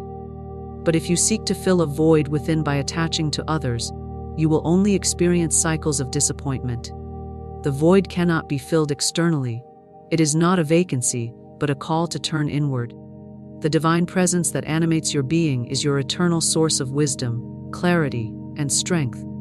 It does not abandon, it does not waver, and it does not mislead. To rely on the divine is not to reject people, but to see them rightly, as fellow travelers, not as saviors. When your faith is rooted in spirit, you no longer fear abandonment. You no longer bend to win favor or compromise your truth for connection. You become unshakable, not because you have built walls, but because your foundation lies in something greater than flesh and blood. You walk with certainty not because you know the path, but because you trust the guide. Every problem you face, every conflict or heartache, is an opportunity to shift your reliance from the world to the Word, the unspoken, eternal law that governs all things. When you look to others for answers, you receive confusion. But when you go within, into the silence where Spirit speaks, you find precision and peace. The still small voice never shouts, yet its authority dissolves all fear. It may not always give you the answer you want, but it always gives you the answer you need. People are mirrors, not maps. They reflect aspects of your inner world, but they cannot chart your course. That is a divine responsibility, and it is given to you through your connection with Spirit. The moment you begin to ask, "What does God want me to know here?" instead of, "What should I do according to others?" you step into alignment with the infinite. That alignment is what manifests true solutions, true protection, and true fulfillment.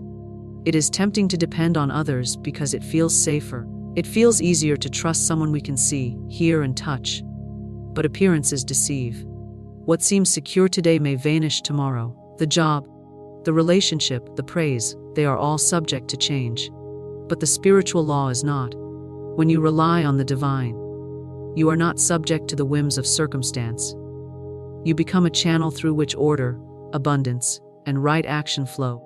There is a sacred difference between connection and dependence. The former empowers, the latter enslaves. Connection honors free will and divine timing. Dependence manipulates, clings, and fears. When you rely on the divine, you release the need to control others. You allow them to be who they are, and you trust that all things are unfolding as they should. You walk through life unattached to outcomes, yet completely certain that all your needs are met. This certainty does not come from ego, but from communion. It comes from daily practice, tuning in to the voice of the infinite through silence, meditation, prayer, or simply becoming aware of the present moment. Each time you choose stillness over panic, trust over doubt, you reinforce your reliance on the divine. You begin to see that every external event is secondary. The inner world is primary. It is the cause. All else is effect. People may inspire you, support you, even uplift you, but they are not your source. The source of your creativity, your resilience, your peace, your joy, it all originates in the divine. When you know this, deeply and without question, you are free. Free from needing approval. Free from fearing rejection. Free from the exhausting effort to please, to prove, to perform. Even in your darkest hour, the divine does not leave you. Even when friends fall away, even when voices fall silent, the voice remains. The more you learn to hear it, the more you understand how deeply you are held. You stop looking outward for security and begin building it from within. You stop expecting others to rescue you and instead rise into the authority of your own spirit. The paradox is that once you no longer rely on others, you attract stronger, healthier connections. Because you no longer carry the energy of need, you become magnetic to those who also walk in power. Your relationships transform, not because others change, but because you have. You move from codependency to co-creation, from chasing love to embodying it, from seeking answers to becoming the answer. You are not alone, but you are meant to stand in your own light. The divine is not far off in some distant realm. It is within you, speaking through your intuition, guiding through your desires, correcting through your conscience. Every moment offers the chance to choose rely on people or rely on presence. The former will shake you, the latter will sustain you, and in that choice, again and again, your life is shaped. True power comes from self-sufficiency. This is not the self-sufficiency born of ego or rebellion, but the deep, unwavering knowing that all you require is already within you. The world teaches you to reach outward, toward people, institutions, praise, and approval. But spiritual law teaches that everything begins within. You were not created to be dependent. You were created in the image of infinite intelligence, complete, whole, and divinely equipped. The moment you realize this, you begin to walk not as one who needs, but as one who knows. Power does not come from control. It does not come from dominance, status, or having others obey your will. True power arises in silence. It moves through clarity, groundedness, and conviction. When you are self-sufficient, you are not swayed by opinions. You are not wounded by rejection. You are not shaken by temporary losses, because you understand that nothing real can be taken from you. What is truly yours by divine right will never pass you by. And so, the self-sufficient soul walks calmly, trusting the rhythm of the universe even when the path is hidden. To be self-sufficient is not to be alone, but to be full of inner resources, full of spiritual guidance, full of quiet knowing. The world may call this solitude, but spirit calls it alignment. Others may see you as independent, perhaps even aloof. But what you are is connected to the source that never runs dry. You do not beg the world for crumbs of attention or scrap for moments of validation. You sit at the banquet of your own spirit, feasting on wisdom, purpose, and peace. There is a strength that rises only in the absence of external support. When no one shows up to cheer you on, when no voice affirms your choices, when every hand that once held yours lets go, this is the moment you discover what you are truly made of. Not the personality, not the image, not the role you perform, but the essence beneath it all. That essence is divine. That essence cannot be broken, diminished, or controlled. It simply waits for you to remember it. Society teaches you to defer your power to experts, to relationships, to systems. But no one knows your path better than the intelligence that formed you. No one can live your life, carry your burdens, or manifest your dreams. Only you can do that. And once you stop waiting for permission, once you stop apologizing for your own voice, you begin to embody the authority that was always yours. Not the kind that demands, but the kind that simply is. Silent, present, immovable. Self-sufficiency does not mean isolation. It means integrity. It means that you no longer betray yourself to keep others comfortable. It means you do not silence your truth to avoid conflict or hide your light to be accepted. You are not here to fit in. You are here to fulfill a purpose that only you can express. And that purpose does not require approval. It only requires awareness. Every time you override your intuition to please someone else, you weaken your alignment. Every time you deny your own needs in fear of rejection, you delay your progress. True power is not about having influence over others. It is about being so rooted in your own center that nothing can pull you off course. This is the power of self-sufficiency, not coldness, but clarity. Not arrogance, but alignment. You do not wait to be rescued, because you are not lost. You do not seek to be chosen, because you have already chosen yourself. The most dangerous illusion is that you are incomplete, that you need someone else to finish your story. But you are not a half waiting for a whole. You are already whole, and those who come into your life are not there to complete you. They are there to witness your fullness, and if aligned, to walk alongside it. But whether they stay or go, your journey continues. Whether they understand or not, your truth remains. Because your power does not depend on them. It depends only on your willingness to stand in it. To live in self-sufficiency is to take radical responsibility. You no longer blame circumstances, or people, or fate. You recognize that while you cannot control every event, you can control your response.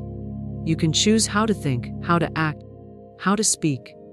You can choose to align with truth instead of fear. You can choose to be your own source of encouragement, rather than waiting for someone else to uplift you. This is not always easy, but it is always available. There is a peace that comes with knowing you are enough. Not in the sense of perfection, but in the sense of sufficiency. You may still grow, still heal, Still evolve, but even in your process you are enough. Even in your learning, you are worthy. You are not a project to be fixed. You are a force to be remembered. The power you seek outside is already encoded within your spirit, and your task is not to earn it, but to release it. Others may not understand this. They may be uncomfortable with your clarity, your strength, your unwillingness to bend. But that is not your concern. Your concern is your own alignment, your own peace, your own path. When you are self-sufficient, you no longer trade your truth for temporary company. You are willing to be misunderstood in order to be authentic. You are willing to walk alone if it means walking in integrity, because the cost of betraying yourself is too high. Self-sufficiency is the soil in which self-respect grows, and from that soil blooms a life that is not built on dependency or compromise, but on design, divine design. You begin to speak more deliberately, love more consciously, and act more boldly. You no longer shrink, you no longer chase, you no longer wait. You rise, you create, you move. You let the world adjust to the frequency of your truth, rather than lowering your truth to fit the world. Everything in life will test your self-sufficiency. The losses, the rejections, the delays, all are invitations to return to your center. To see who you are without applause. To remember what you carry when nothing external seems to support you. In those moments, your strength is forged. Not the strength of performance, but of presence. Not the strength of noise, but of knowing. And that strength cannot be taken, only hidden, until you are ready to walk in it fully. Friendship based on need is unstable. It may appear comforting in moments of weakness, but it carries within it the seeds of collapse. The moment you enter into a relationship, any relationship, from a place of lack, you create imbalance. You are not sharing wholeness, you are asking someone to fill a space within you that only the divine can complete. This request is silent, often unconscious, but its effects are unmistakable. Over time, what began as connection becomes obligation, what began as affection becomes expectation, and what once felt supportive begins to feel suffocating. When two individuals come together, whether as friends, partners, or companions, the nature of the bond is determined not by words, but by energy. If one or both are rooted in fear, loneliness, or insecurity, then the friendship becomes a means of escape, not a platform for growth. You may not realize it at first. It may feel like love. It may feel like fate. But eventually, the truth will emerge, because all that is not grounded in spiritual law must dissolve. Need is not the same as love. Need clings. Need demands. Need controls. It says, "Stay with me so I can feel okay," or "Don't leave me or I'll fall apart." That is not love. That is fear wearing a mask. And when fear forms the foundation of a friendship, the entire structure is weak. The moment your friend fails to meet your emotional needs, the moment they change, drift, or evolve, you feel betrayed. But the betrayal is not theirs. It lies in the original illusion that they were responsible for your sense of completeness. Friendship built on mutual growth, mutual respect, and spiritual alignment is steady. It does not rise and fall with moods or circumstances. It flows, it breathes, it allows space. But a friendship rooted in need becomes brittle. Every word, every silence, every action or inaction is scrutinized. There is no freedom in it.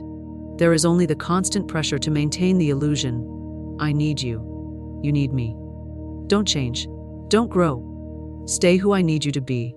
This kind of friendship quickly becomes a contract, not a connection. A contract of unspoken agreements, expectations, and emotional debts. I was there for you, so you must be there for me. I gave you my time, so you owe me your loyalty. But true spiritual friendship asks for nothing in return. It is not transactional.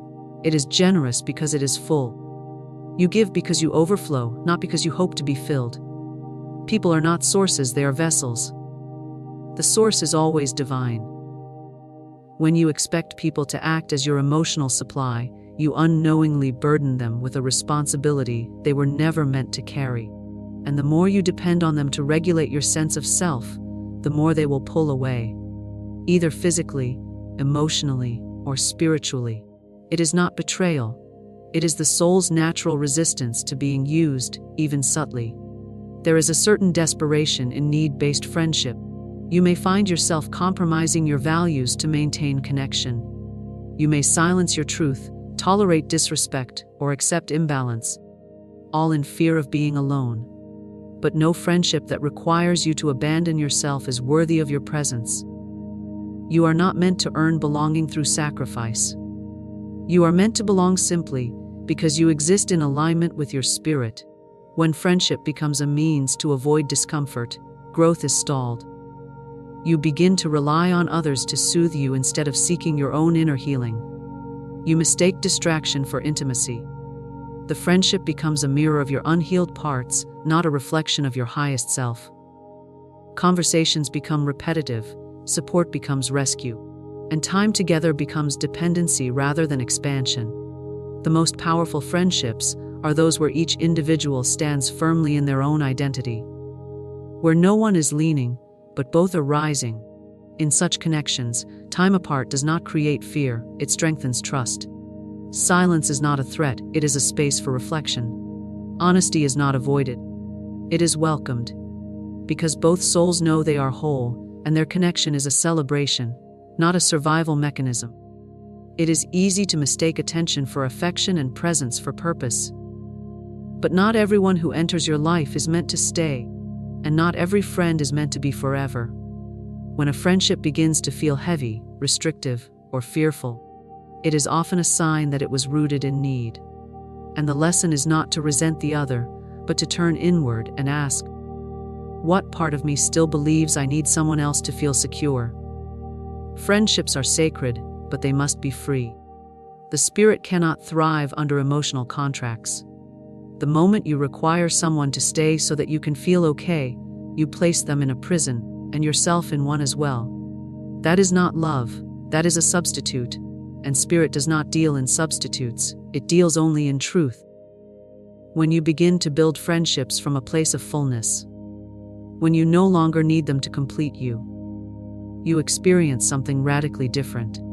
You stop chasing, you stop explaining, you stop managing others' emotions. You show up as you are, and you allow them to do the same. If the alignment is true, the connection will flow. If it is not, it will dissolve with grace. Either way, you are at peace. Because your well-being is no longer tied to another's presence. Need-based friendships often come with cycles. Closeness followed by distance. Affection followed by guilt, connection followed by confusion. And each time you find yourself asking, what did I do wrong? But the answer is not in your actions. It is in your energy. What you believed you lacked, you tried to receive from another. And what you tried to receive from another, you were always meant to reclaim within. It is not cruel to release friendships that were built on need. It is compassionate for you and for them. Because both souls deserve the space to find wholeness apart before they can meet again. If ever, in truth. When you stop expecting someone to make you feel worthy, you finally discover that you always were. And when that discovery is made, the way you relate to others transforms completely. Friendship should not be a place where you hide from your wounds. It should be a space where your healing is supported, not substituted. A place where you are seen clearly, but never needed to be anything other than who you truly are. When that is the foundation, friendship becomes a sacred exchange. Not because of need, but because of freedom. Not because of fear, but because of love. Solitude reveals inner strength and clarity. It is in the absence of noise, distraction, and external validation that the true self begins to emerge. While the world often teaches that being alone is a sign of lack or failure, spiritual law reveals something far deeper. Solitude is not emptiness. It is sacred space. It is the place where the spirit speaks without interruption, where truth rises without disguise, and where the soul remembers its own name. In solitude, you are stripped of performance. There is no one to impress, no role to play, no mask to wear. What remains is you, raw and real, beyond the stories others have told you, beyond the labels you've learned to answer to. This is where your real power lies, not in how others see you, but in how you begin to see yourself when there is no one else around to define you. Most people fear solitude not because of what it is, but because of what it reveals.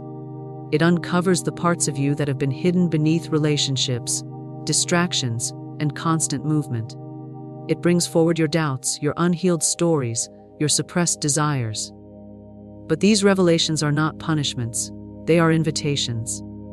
Invitations to witness yourself fully, to embrace the totality of your being without judgment, and to begin the work of aligning your outer life with your inner truth. The more time you spend in solitude, the more clearly you hear your own voice, distinct from the voices of the world. You realize how much of your life has been shaped by the expectations of others. You recognize which beliefs are truly yours, and which were inherited out of fear or habit. In this awareness, a quiet strength begins to grow. A strength not based on reaction or resistance, but on rootedness. You begin to trust your own rhythm. You stop rushing to keep pace with others, and you start honoring the tempo of your own spirit. In solitude, decisions become simpler. You are no longer trying to balance what you want with what will please others.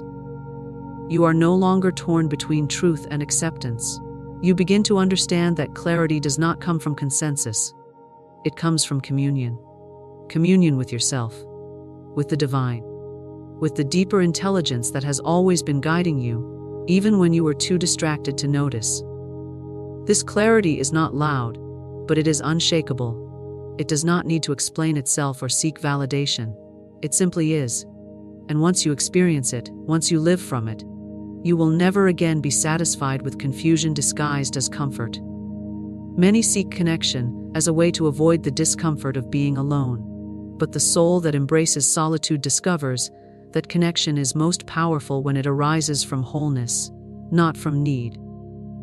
You begin to attract relationships that reflect your truth rather than your wounds. Because you have taken the time to know yourself, you no longer lose yourself in others. You no longer compromise your peace to keep someone close. You are willing to walk away from anything that does not align, because you know how to stand alone. And in that knowing, you are never truly alone again.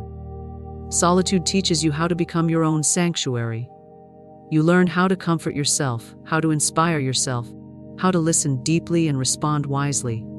You become less reactive, less dependent on the moods and behaviors of others.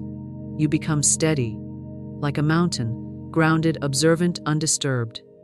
This does not mean you close your heart. It means your heart is no longer at the mercy of external conditions.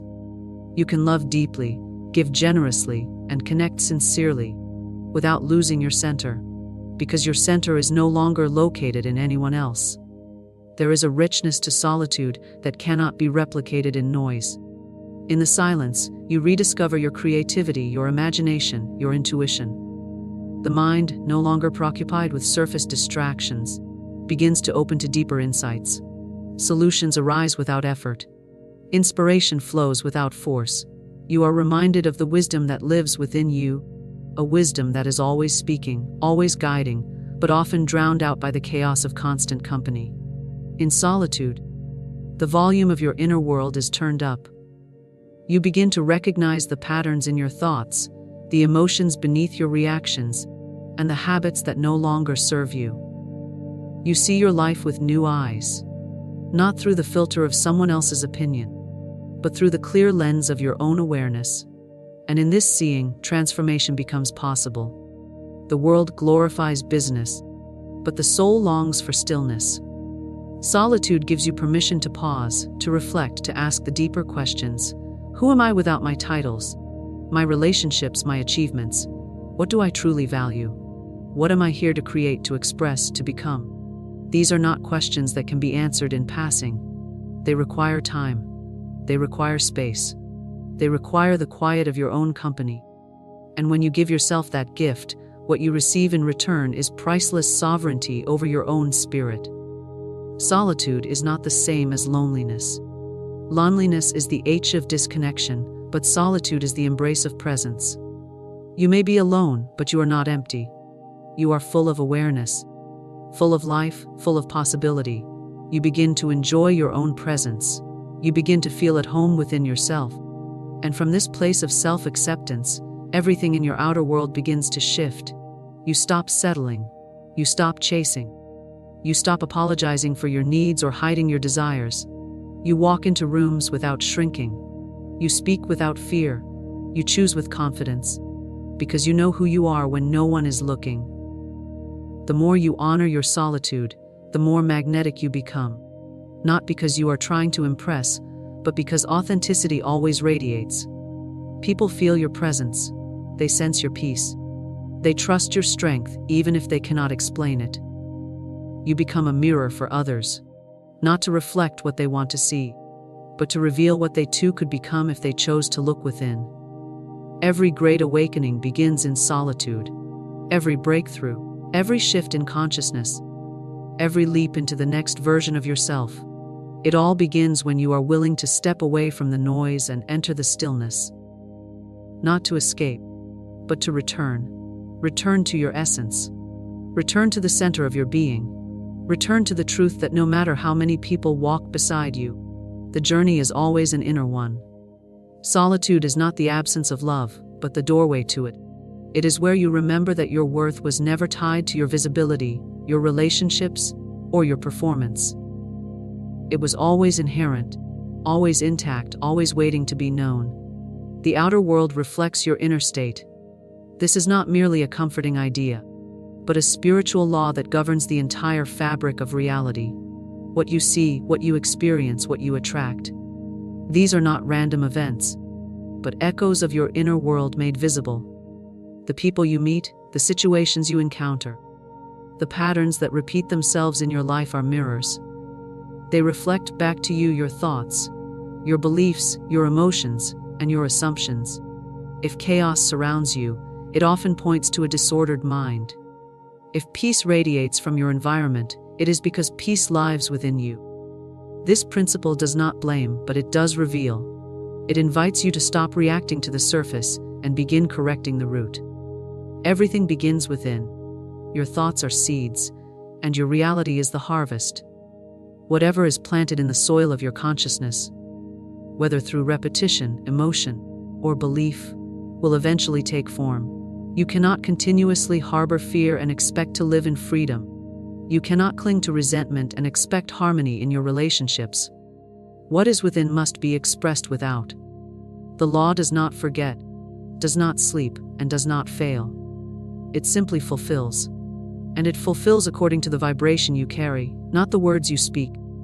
You may speak of wanting peace, but if your thoughts are filled with conflict, the world around you will reflect war. You may claim to desire love, but if your heart holds bitterness, your experiences will be shaped by that bitterness. The outer reflects the inner without exception. This is not to induce guilt, but to awaken responsibility. You are not at the mercy of a cruel or random universe. You are the creator of your experience. Through thought, through emotion, through belief, you construct the lens through which you see the world, and that lens becomes your world. When you change the lens, the scenery shifts. Nothing in your outer life can transform sustainably until you transform inwardly. Changing jobs, changing partners, changing locations, these are surface solutions. If the same thoughts, fears, and patterns go with you, they will recreate the same situations in new forms. It is not the place that must change, it is your perception of it. It is not the person that must shift, it is your belief about what you deserve and who you are that must be renewed. Every complaint is a clue. Every reaction is a revelation. When someone triggers anger in you, it is not about them. It is about what within you was touched, what belief or wound or fear was activated. When you feel ignored, unworthy, or invisible, the outer experience is pointing to an inner story that you have agreed to carry. These stories may not have started with you. They may have been inherited from family, culture, or past pain. But they now live within you, and the outer world, like a faithful servant, continues to confirm them. Not to punish you, but to give you the opportunity to awaken, to rewrite the script, and to reclaim your power. The moment you shift your inner dialogue, your outer life responds. When you begin to speak to yourself with kindness, The people around you either rise to meet that tone or fall away. When you begin to affirm your worth, doors open where before there were only walls. This is not magic, it is alignment. The world outside is not fixed, it is fluid, responsive, and constantly adapting to match the signal you are broadcasting. Your frequency is your power, and your frequency is determined by the quality of your inner world. If you walk through life expecting disappointment, you will find it. If you approach the day expecting beauty, you will notice it. Your attention is a magnet. What you focus on expands. What you believe becomes real. This is why two people can walk through the same situation and have entirely different experiences. It is not the situation that determines the experience. It is the state of the observer. The outer world has no choice but to organize itself around your dominant beliefs. And those beliefs, once examined, can be shifted. They are not set in stone. They are not your destiny. They are choices, repeated over time, until they became unconscious. The work is to bring them back into consciousness and decide again. Even the people who challenge you are mirrors. They reflect parts of you that are unacknowledged, unhealed, or unloved. The critic shows you where you still doubt yourself. The controller reveals where you have given away your power. The one who abandons you points to where you have abandoned yourself. These reflections can be painful, but they are precise. And when you begin to see them for what they are, you stop blaming and start understanding. You stop defending and start transforming. Each difficult encounter becomes a teacher, each trigger an opening, each moment an invitation to grow. The environments you create also mirror your internal condition. Cluttered spaces often reflect cluttered minds. Neglect in the home may point to neglect of the self. Beauty and order, when present, are not luxuries but reflections of internal respect. When you begin to treat your space as sacred, you are affirming your own sacredness. When you create room, you signal readiness. When you maintain clarity around you, clarity within follows. Everything around you is a message, and that message is shaped by your inner conversation with yourself. There is great freedom in this law. It means you are never powerless. No matter what is happening around you, you can always return to your inner world and make a new decision. You can choose a new thought, a new belief, a new focus, and the world will follow. Not always instantly, not always obviously, but inevitably. The universe responds to consistency. It watches where you dwell, not just where you visit. If your thoughts of worthiness are fleeting, your results will be too. But if you build a foundation of self-respect, self-trust, and truth, the outer world will begin to restructure itself to match that stability. Your emotions are also messengers. They tell you what your current vibration is. When you feel joy, love, or peace, you are in alignment with your spirit. When you feel fear, anger, or despair, you are believing a thought that contradicts the truth of who you are. These emotions are not wrong. They are signals. They tell you it is time to pause, go within, and investigate the thought or story creating that emotion. When you correct the inner misalignment, the emotion shifts, and the outer experience begins to change as well. You do not need to manipulate the outside. You do not need to force, beg, chase, or fix. Your only task is to become so aligned within that the outer world has no choice but to reflect the peace, clarity, and purpose that lives in you. When you stand in your truth, the world mirrors truth. When you dwell in fear, the world reflects fear. When you trust the unseen begins to take form in ways that bless, uplift, and guide you. The outer world is your teacher, but your inner world is the curriculum. The lessons you learn within are the ones you pass in life, and the results you see around you are the tests already graded. There is a divine current of abundance, a river of prosperity, always flowing, always seeking expression through us. Many believe money is hard, scarce, or bound by struggle, but this is only the illusion of fear. The truth is that supply is as unlimited as the air we breathe. And the moment one aligns with the higher law of good, provision appears as swiftly as light follows the dawn. Instant money is not born from chance or manipulation. It is the outward evidence of inner alignment with universal substance. The code is not numbers nor secrets locked in books. It is the eternal principle of cause and effect working through thought, word, and belief. Every spoken word is a seed, and every seed brings forth after its kind. To speak of lack is to plant lack. To declare abundance is to summon it from the unseen into the seen. The instant money code is nothing less than the conscious recognition that wealth already exists, and that one is heir to it by divine right. Money is a symbol, a servant, an instrument of exchange. It is neither holy nor unholy, except as one calls it. To see it rightly is to free it from bondage and to allow it to circulate without fear. When the mind is filled with anxiety, money seems to vanish. When the heart is filled with gratitude, money arrives like a trusted friend.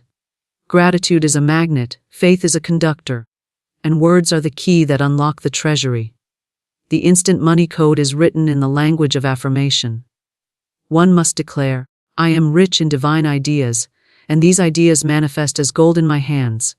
Such a statement is not empty, but creative. It sets unseen forces into motion. For thought impregnated with faith becomes form. A mind convinced of lack will prove it. A mind convinced of abundance will demonstrate it instantly. To live by the code is to refuse fear's suggestion. It is to stand unwavering when appearances seem small, and to remember that the invisible supply is greater than any visible demand.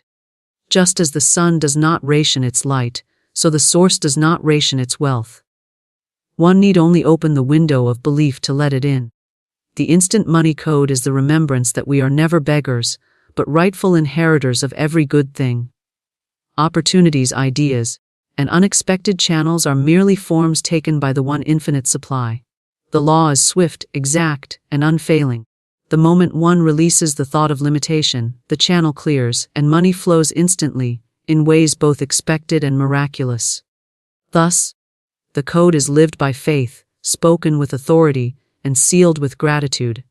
It is not learned in time but revealed in consciousness. To align with it is to enter into the effortless rhythm of prosperity, where every need is met in perfect timing, and every desire is fulfilled without toil. Abundance flows as naturally as breath, for it is the eternal rhythm of life itself, unbroken, unceasing, and forever available. Just as no one stops to question whether there will be enough air to inhale, so should no one question the availability of divine supply. Air is unseen, yet it fills the lungs the moment one draws it in.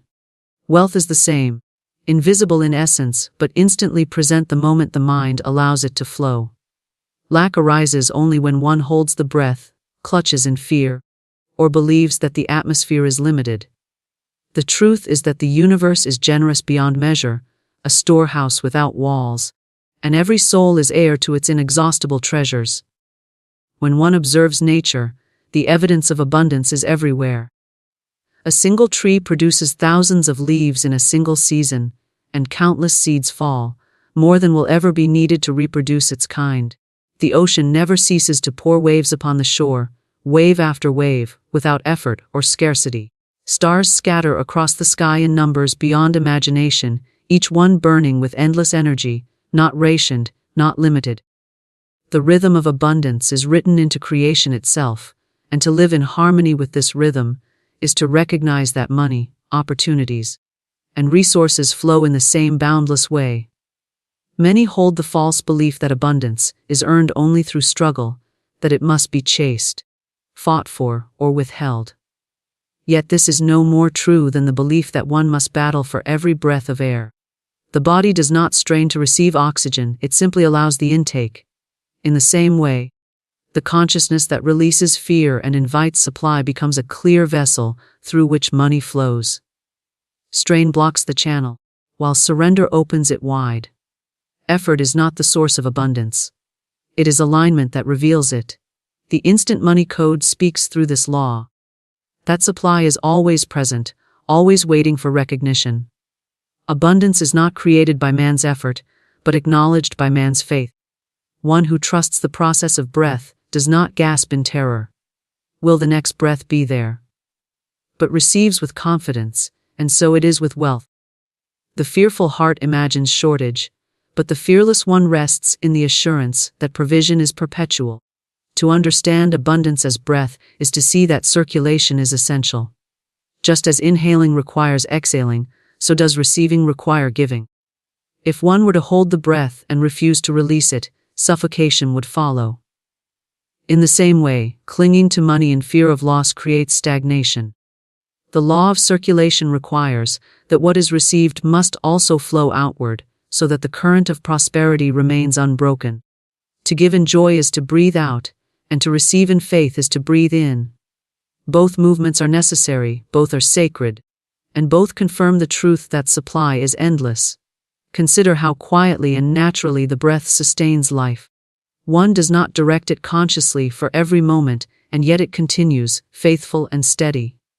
Abundance works in the same silent certainty, moving through channels seen and unseen, providing without ceasing.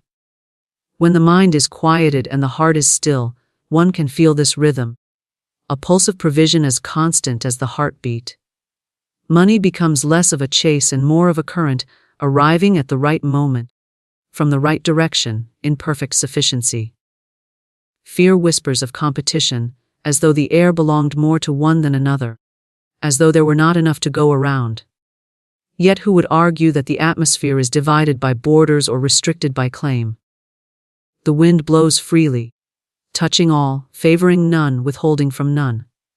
So too does the flow of abundance operate without partiality. Each individual stands beneath an open sky of infinite supply, and it is only the belief in limitation that causes one to feel deprived. Breath teaches the lesson of trust. No one stands awake through the night reminding themselves to inhale, fearing that oxygen might fail. The body knows. The breath flows, and sleep is peaceful. Imagine if the same trust were placed in the flow of wealth. How restful life would become. How free from anxiety, how open to creativity. To trust that abundance flows as breath is to live without the strain of constant worry. To live instead in the assurance that needs are met in divine timing, through perfect channels, without resistance. The rhythm of abundance is not hurried, nor is it delayed. It comes as naturally as the rise and fall of the chest, the steady cycle of inhale and exhale. When one becomes attuned to this truth, desperation dissolves. There is no need to clutch at life, for life itself is giving ceaselessly. The focus turns inward, toward cultivating receptivity, faith, and gratitude, rather than outward toward chasing and striving. Gratitude, in particular, is the deep breath of the soul, the acknowledgement of supply already present, and this acknowledgement multiplies what is received. In moments of fear, when money seems scarce, pause and breathe. Notice how air rushes in without effort. Notice how it supports life without price or condition. Let this be the reminder that supply is equally present, equally free, equally dependable. To meditate on the breath is to meditate on abundance itself. For both are gifts of the same source, flowing without interruption. There is also a sacred rhythm in the balance of giving and receiving, much like the balance of inhalation and exhalation.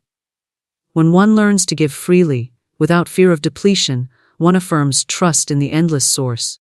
And when one receives without guilt, one affirms worthiness. Both movements strengthen the current, and through them, money flows in ways that appear instant, effortless, and abundant.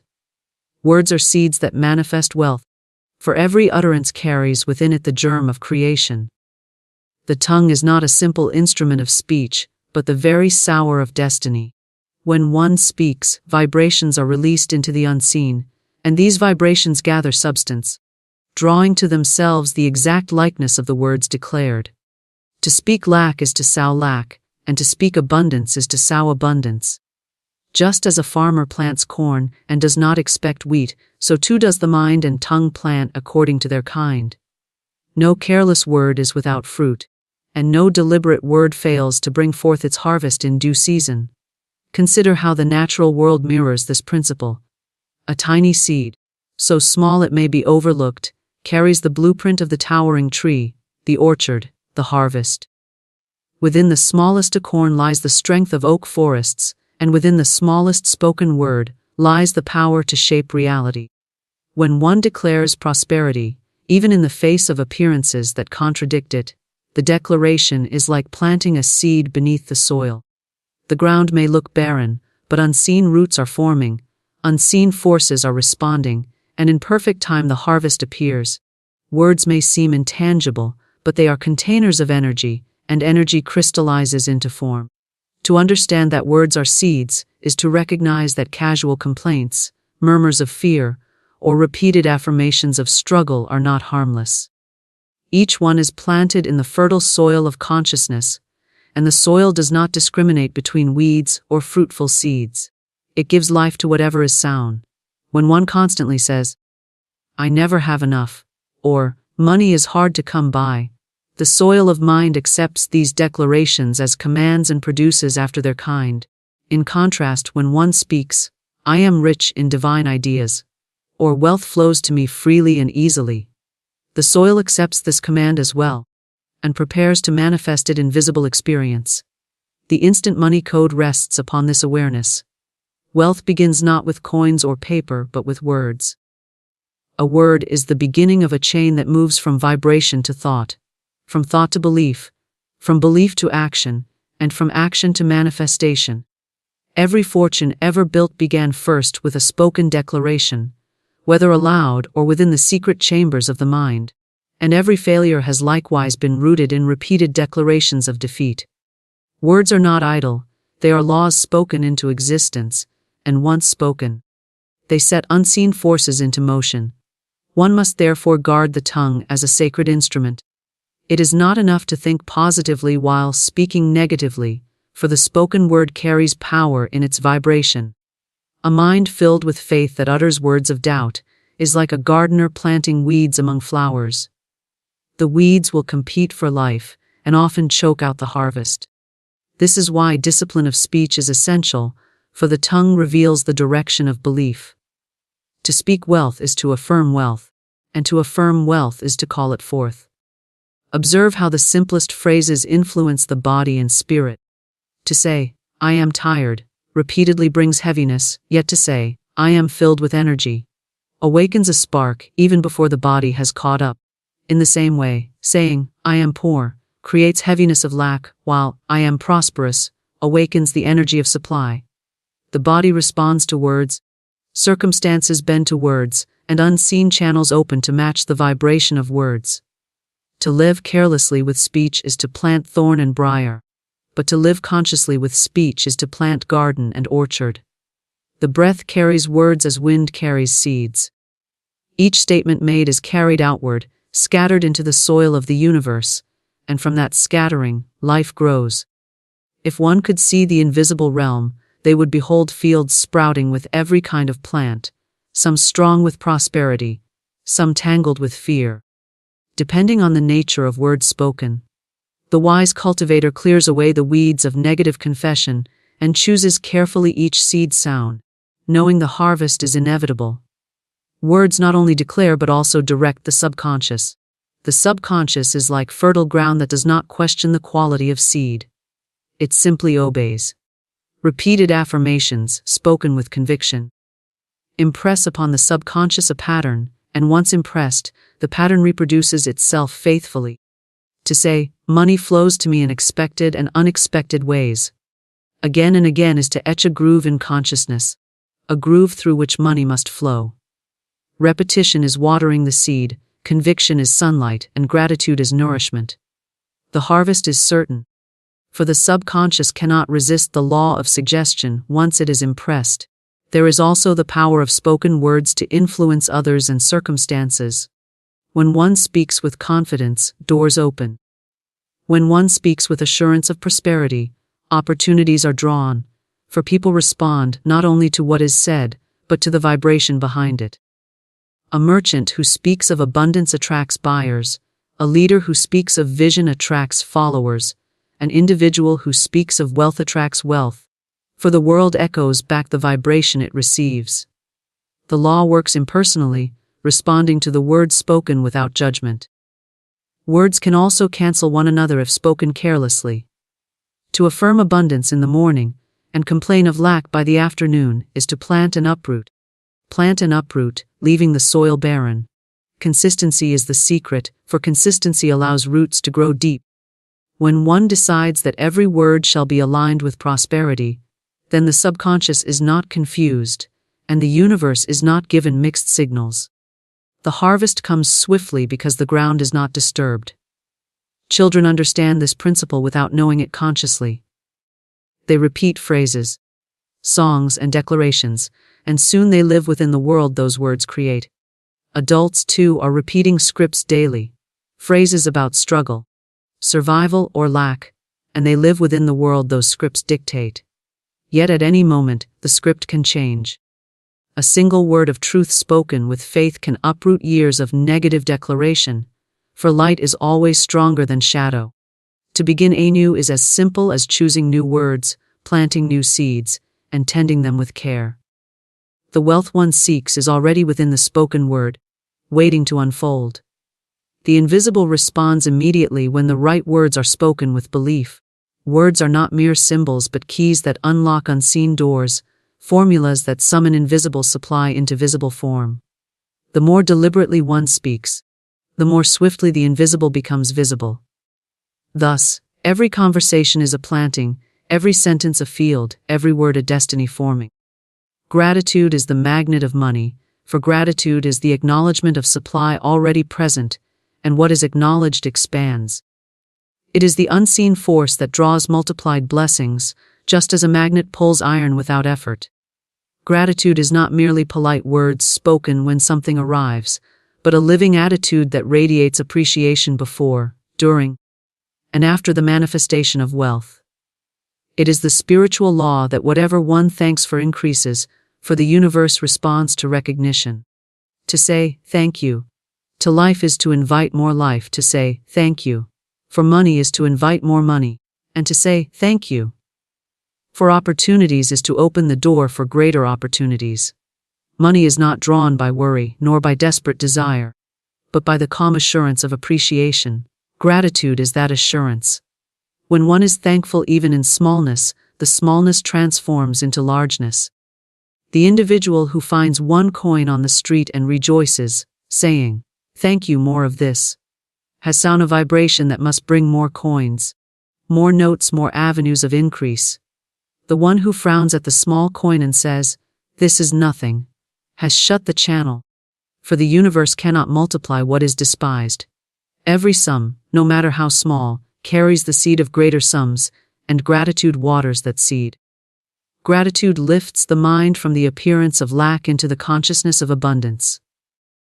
When the eyes are fixed on what is missing, the heart grows heavy, the speech grows negative, and the soil of thought is sown with weeds of limitation. But when the eyes turn toward what is present, however slight, and gratitude fills the heart, the vibration shifts. Lack dissolves, abundance quickens, channels open. Gratitude is the bridge between what is and what is to come, the invisible force that aligns man with his divine inheritance of wealth. One may test this law in daily life.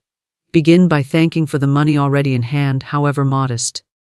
Thank the dollar in the pocket, the coins in the drawer, the food on the table, the clothes on the body, the roof overhead. As gratitude flows, the vibration rises, and new supply is attracted. Soon unexpected gifts arrive, new streams of income appear, and money comes in ways unforeseen. Gratitude is a magnetic field and money is drawn to it as metal to lodestone. It cannot resist, for the vibration of thanks is the vibration of abundance itself. It is not only money that responds to gratitude, but all good things. Health strengthens under the light of thanks, relationships flourish, doors open. Yet when gratitude is directed specifically toward wealth, it becomes a direct channel for prosperity. To wake each morning and say, "Thank you for the wealth that flows to me today," is to align consciousness with the flow of supply. To retire at night and say, "Thank you for the abundance received today," is to seal the day with recognition and prepare the soil for a greater tomorrow. Gratitude shifts the inner language from complaint to praise. Complaint repels, for complaint is a declaration of lack. When one says, "I never have enough," the universe affirms it with matching evidence. When one says, "I am grateful for the money I have and the money that is coming," the universe affirms that as well. Words of gratitude carry creative power because they are spoken with joy, and joy multiplies the substance of life. The magnetic pull of thanks draws not only visible wealth, but also unseen opportunities, connections, and ideas that result in financial increase. Observe how gratitude transforms the spirit even before external change arrives. The heart grows light, the mind grows clear, the body relaxes. In this state, one becomes receptive, open, and ready to notice opportunities that may otherwise be overlooked. A grateful person sees doors where others see walls, solutions where others see problems, paths where others see dead ends. Gratitude is not passive. It is the active state of expectancy, the awareness that good is here and more is on the way. Consider the farmer who waters his field. He does not curse the seed for being hidden, nor despair because the harvest is unseen. He waters, tends, and waits with trust, knowing that the crop is inevitable. Gratitude is that water. Each thank you, spoken over money already present and money yet unseen, is a watering of the seed of prosperity. In due time, the harvest appears. For the soil of life cannot deny what has been faithfully nourished with thanks. Gratitude also breaks the chain of envy and comparison. When one envies the wealth of another, the vibration is one of lack and separation, which blocks the flow of personal supply. But when one says, "Thank you that abundance is possible, for I see it demonstrated," the vibration becomes one of alignment, and what is acknowledged in another is drawn closer to the self. Gratitude dissolves jealousy, replacing it with celebration, and what is celebrated is invited. Even in moments where money seems absent, gratitude works its quiet power. To say, "Thank you for the unseen supply that is already on its way," is to shift from despair into faith. This declaration acknowledges that the invisible is as real as the visible, and gratitude bridges the gap until manifestation occurs. Gratitude in lack is the strongest magnet, for it proves trust in the law of abundance. Where trust is strong, supply hastens, for the channel is clear of fear and resistance. Gratitude also keeps circulation alive. Just as breathing requires inhaling and exhaling, prosperity requires giving and receiving. Gratitude makes both movements joyous. When one gives money with thanks, the vibration says, "There is more where this came from," and the universe affirms it with return. When one receives with thanks, the vibration says, "I am worthy and ready for more," and the universe affirms that as well. Gratitude ensures that money never stagnates but flows in rhythm, increasing with each cycle. Every act of gratitude is a declaration of abundance, a statement that says, "I live in a giving universe." This declaration shifts every circumstance, for the universe mirrors back the conviction held within. Gratitude is the secret frequency of prosperity, the song of the soul that attracts its own harmony. When sung consistently, life becomes a symphony of provision, with money appearing from near and far, expected and unexpected, visible and invisible. Faith transforms thought into form, for faith is the invisible power that clothes the unseen with substance and makes the intangible visible. Thought alone may drift as shadow, but when charged with faith, it becomes magnetic, alive, and irresistible to manifestation. Every invention, every fortune, every achievement first began as thought, yet not all thoughts are born into form. It is faith that quickens them, the divine spark that commands the unseen to take shape in the world of matter. Without faith, thought is a seed left unplanted. With faith, thought is a seed pressed into fertile soil, destined to sprout and bear fruit. Faith does not require sight, for sight looks only at what already exists. Faith looks beyond appearances, sees with the eye of spirit, and knows that the desired good is already accomplished in the invisible. To think of money without faith is to wish weakly. To think of money with faith is to create it surely. Faith holds the image steady when outer conditions deny it. Faith stands unmoved when circumstances shout lack. Faith knows that the invisible law of abundance is stronger than any temporary condition. It takes hold of the unseen substance of prosperity and molds it into form. Just as the sculptor sees the statue within the marble long before the chisel strikes. Every man and woman holds within the mind countless thoughts of wealth, but only those wrapped in faith take root. Idle thoughts scatter like seeds on barren rock, but faith-filled thoughts sink deep into the soil of consciousness and draw to themselves everything needed for growth. To say, "I am wealthy," with doubt is to speak empty words, but to say, "I am wealthy," with unwavering faith is to issue a command to the universe that must be obeyed. Faith is authority. Faith is law spoken with certainty. Faith is the unseen architect building wealth with precision. Faith does not wait for proof. It provides its own proof by holding steady until form appears. When one plants a seed in the ground, faith assures the planter that roots are forming. Shoots are rising, though nothing yet is seen. In the same way, when one holds a thought of prosperity, faith assures that channels are opening. Opportunities are forming, money is moving, though the outer world may seem silent. Faith lives in the certainty of the unseen, and this certainty brings the unseen forth into the seen. Fear is the opposite of faith, and fear also transforms thought into form, but into forms of lack, loss, and limitation. When one worries, the thought of disaster clothed in faith of dread becomes manifest, just as surely as the thought of prosperity clothed in faith of confidence. The law does not discriminate between faith in good or faith in evil. It fulfills whichever thought is believed. Thus, fear must be cast out, for it is misdirected faith. True faith is not blind, it is clear vision that chooses to believe in abundance, harmony, and success despite appearances. Faith aligns the inner world with the outer. A thought without faith remains only an idea, but a thought filled with faith creates feelings, words, and actions that all harmonize with it. To believe in wealth deeply causes one to speak of wealth, expect wealth, and act as one already wealthy. These vibrations draw wealth in visible form. The one who believes in poverty deeply speaks of lack, expects lack, and acts in fear, and so attracts lack in visible form. Faith is the difference, the subtle current that determines whether thought remains idle or becomes creation. Faith is exercised through affirmation, vision, and expectancy. When one affirms, "Money comes to me easily and constantly," faith infuses the words with power. When one holds a vision of wealth, faith keeps the vision bright, not dimmed by delay. When one expects good, faith becomes the open hand ready to receive. Faith is not struggle, for struggle implies doubt. Faith is rest, the calm assurance that the seed planted must grow, the conviction that abundance already exists and is making its way into form.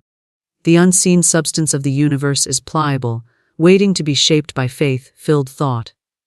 Just as clay waits for the potter, so does divine substance wait for the thinker. When thought is impressed with faith, the substance begins to take shape in ways mysterious and miraculous. Opportunities arise, ideas surface, people appear, doors open. Faith is not bound by time, for it draws swiftly, and not bound by channel, for it finds ways beyond imagination. A person of faith may see money appear through unexpected avenues, yet each avenue is but the outworking of the law that thought clothed in faith becomes form. Faith also sustains persistence. Without faith, one gives up too soon, abandoning the seed before harvest. With faith, one waits with calm assurance, knowing that manifestation is certain. Many have abandoned prosperity because they allowed doubt to uproot their seed, but those who hold faith see their harvest arrive in full. Faith is the patience that knows delay is not denial. Faith is the confidence that unseen forces are working even when the eyes perceive nothing. Faith can be cultivated. It grows as it is exercised, just as muscles strengthen with use. Begin with small declarations, watch them come to pass, and faith grows for larger ones. Speak words of abundance, see them fulfilled, and faith deepens. Each demonstration strengthens conviction until faith becomes unshakable. Then even the grandest vision of wealth seems natural, for faith knows it is already accomplished. Faith transforms thought into form because faith is alignment with divine law. Divine law is abundance, harmony, and completion. When thought vibrates with faith, it is aligned with this law, and alignment produces manifestation. A thought without faith is out of tune, like a note struck wrongly on an instrument. But a thought with faith rings true, and the universe harmonizes with it. Wealth then flows, not as struggle but as music, composed by the faith of the thinker. Faith is not limited to the individual alone, for it radiates outward. When one speaks with faith, others believe. When one moves with faith, doors open. Faith has an aura, a presence, that draws cooperation, support, and favor. Those who live by faith in abundance become magnets, not only for money, but for people and opportunities that carry money with them. This is the mystery of faith's power. It transforms not only thought, but the entire atmosphere around the one who believes, creating a field of manifestation that others can feel and respond to. Supply is infinite, demand is illusion. For what appears as lack is only a shadow cast by limited perception. The truth is that the universe is an endless reservoir, overflowing with riches, ideas, opportunities, and forms of wealth, but the human mind, clouded by fear and conditioned by false belief, imagines scarcity. This imagination of scarcity creates the experience of scarcity, yet it is only illusion. The moment one lifts consciousness above fear into truth, the illusion dissolves, and the infinite supply stands revealed. The sun does not ration its light, nor does the ocean ration its waves. Air is not measured out in rations, and the earth does not withhold its fruit. Everywhere nature declares this truth, abundance is the law. Scarcity does not exist in reality. It is a construct of thought. Just as one who closes their eyes may imagine darkness has overtaken the world, yet the sun still shines, so too does one who believes in lack imagine supply has ended. Though supply continues, full and inexhaustible, money itself is but one expression of this infinite supply. Ideas are supply, energy is supply, connections are supply, inspiration is supply. There are countless forms of wealth waiting to be seen and claimed. When one declares, "There is not enough," one narrows the vision and blinds the eyes to the channels through which supply flows. But when one affirms, "Supply is infinite," the vision expands, the eyes open, and opportunities are seen where none were seen before. It is not supply that is absent but awareness that is clouded. The illusion of demand arises from fear. When one feels they must chase, compete, or struggle for what they need, they declare through thought and word that supply is limited. But this declaration has no basis in truth, for supply is as boundless as the stars in the heavens. The sense of demand is a mirage, created by forgetting that every need is already answered in divine mind. The very fact of desire proves the existence of supply, for no desire is born without its corresponding fulfillment. The bird's hunger is met with seed, the fish's need is met with water, and so too is every human desire already matched by the infinite storehouse. When one understands that supply is infinite, fear loosens its grip. No longer is life lived in anxious grasping, for one knows there is always more. Just as no one panics that air will run out with the next breath, so should no one panic that wealth will run out with the next expense. Supply is inexhaustible, endlessly renewing, pouring itself forth through channels both visible and invisible. Fear of demand closes the door, faith in infinite supply opens it wide. The illusion of demand also comes from comparison. When one sees another prosper and believes that their own share is diminished, they forget the nature of infinity. Infinity cannot be divided, cannot be lessened by another's gain. Another's wealth is not subtraction from one's own, but proof of the boundlessness of supply. Envy and competition are based on the false belief that wealth is a pie of fixed size, where one slice leaves less for another. In truth, the pie is endless, slices multiply without end. Each person taps directly into the infinite, without reducing what is available to anyone else. Supply being infinite also means channels are endless. If one door closes, another opens. If one channel dries, 10 more appear. To cling to one channel as though it is the source is to forget the truth. The job, the client, the market, the business, all are channels, but never the source. The source is infinite supply itself, unbound, unfailing, limitless. When one channel ends, it is only life redirecting the flow through another, perhaps larger, perhaps better suited. To believe demand is final is to cling to the channel and ignore the ocean. Gratitude and faith align one with this infinite supply. Gratitude acknowledges the abundance already flowing, and faith expects the abundance yet unseen. Together they dissolve the illusion of demand. When one lives in thanksgiving for what is present, one signals readiness for more. When one rests in faith for what is to come, one signals confidence that more is inevitable. These vibrations align with truth, and truth always reveals itself in form. Observe how easily nature demonstrates supply without demand. A tree does not strain for leaves, it simply receives sun and water, and leaves appear in abundance. A flower does not wrestle to bloom, it unfolds naturally, drawing sustenance from the earth. Rivers do not struggle to flow, they follow their course effortlessly. So too is human supply meant to flow, effortless, natural, constant. The illusion of demand comes from resisting this flow, damming it with fear, blocking it with doubt. To release fear is to let the current move again, and when it moves in abundance.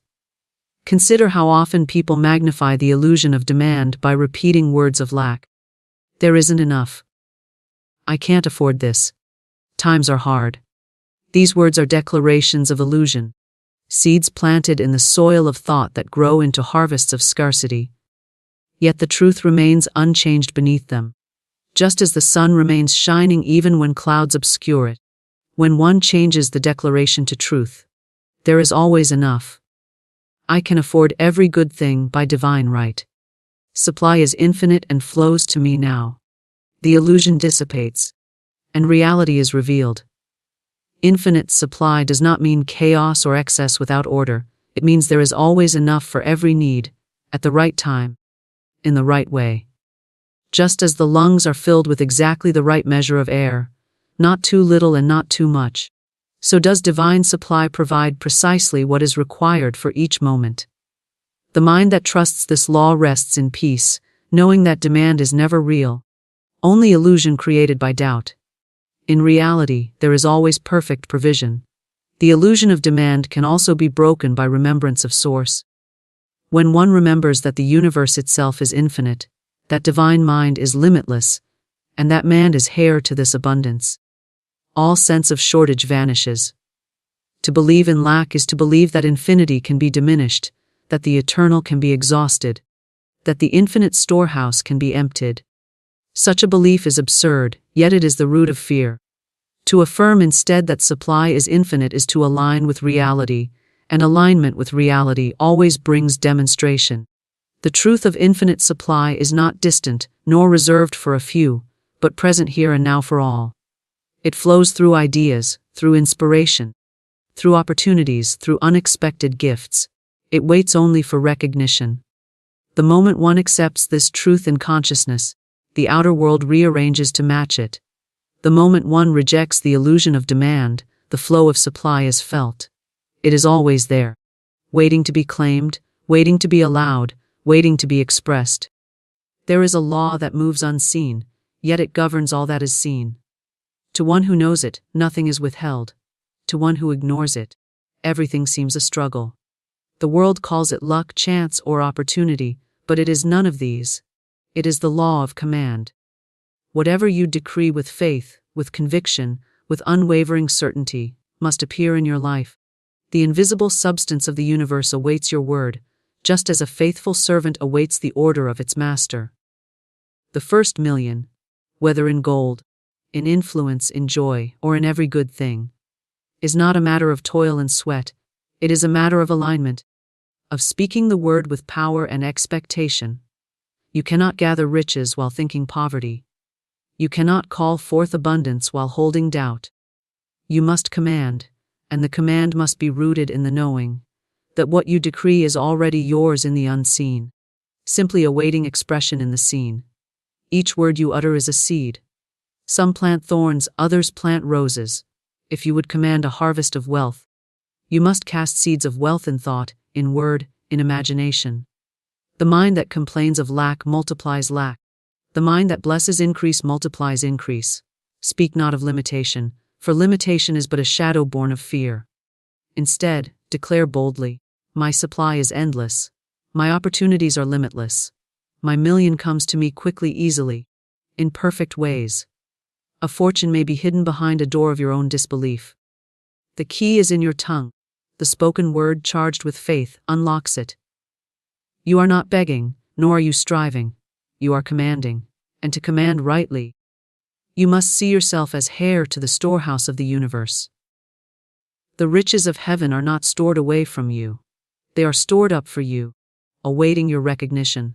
You may ask, but how shall this come? By what channel? Through what person? That is not your concern. The channel is many, the source is one. If you look to a single person or a single path, you limit the infinite. Release all anxiety about the how. Your task is the decree. The infinite mind arranges the way. To command your first million is to master the inner conversation.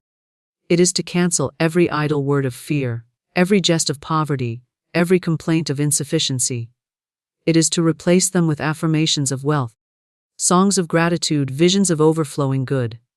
What you dare to command with faith, you will behold in form. Life does not answer to hesitation. It answers to certainty. And certainty comes not from the evidence of the eyes, but from the conviction of the spirit. Stand, then, in the authority of your word. Declare your million, expect it. Rejoice in it as though it were already in your hand, and watch as the unseen law fulfills the command you have spoken.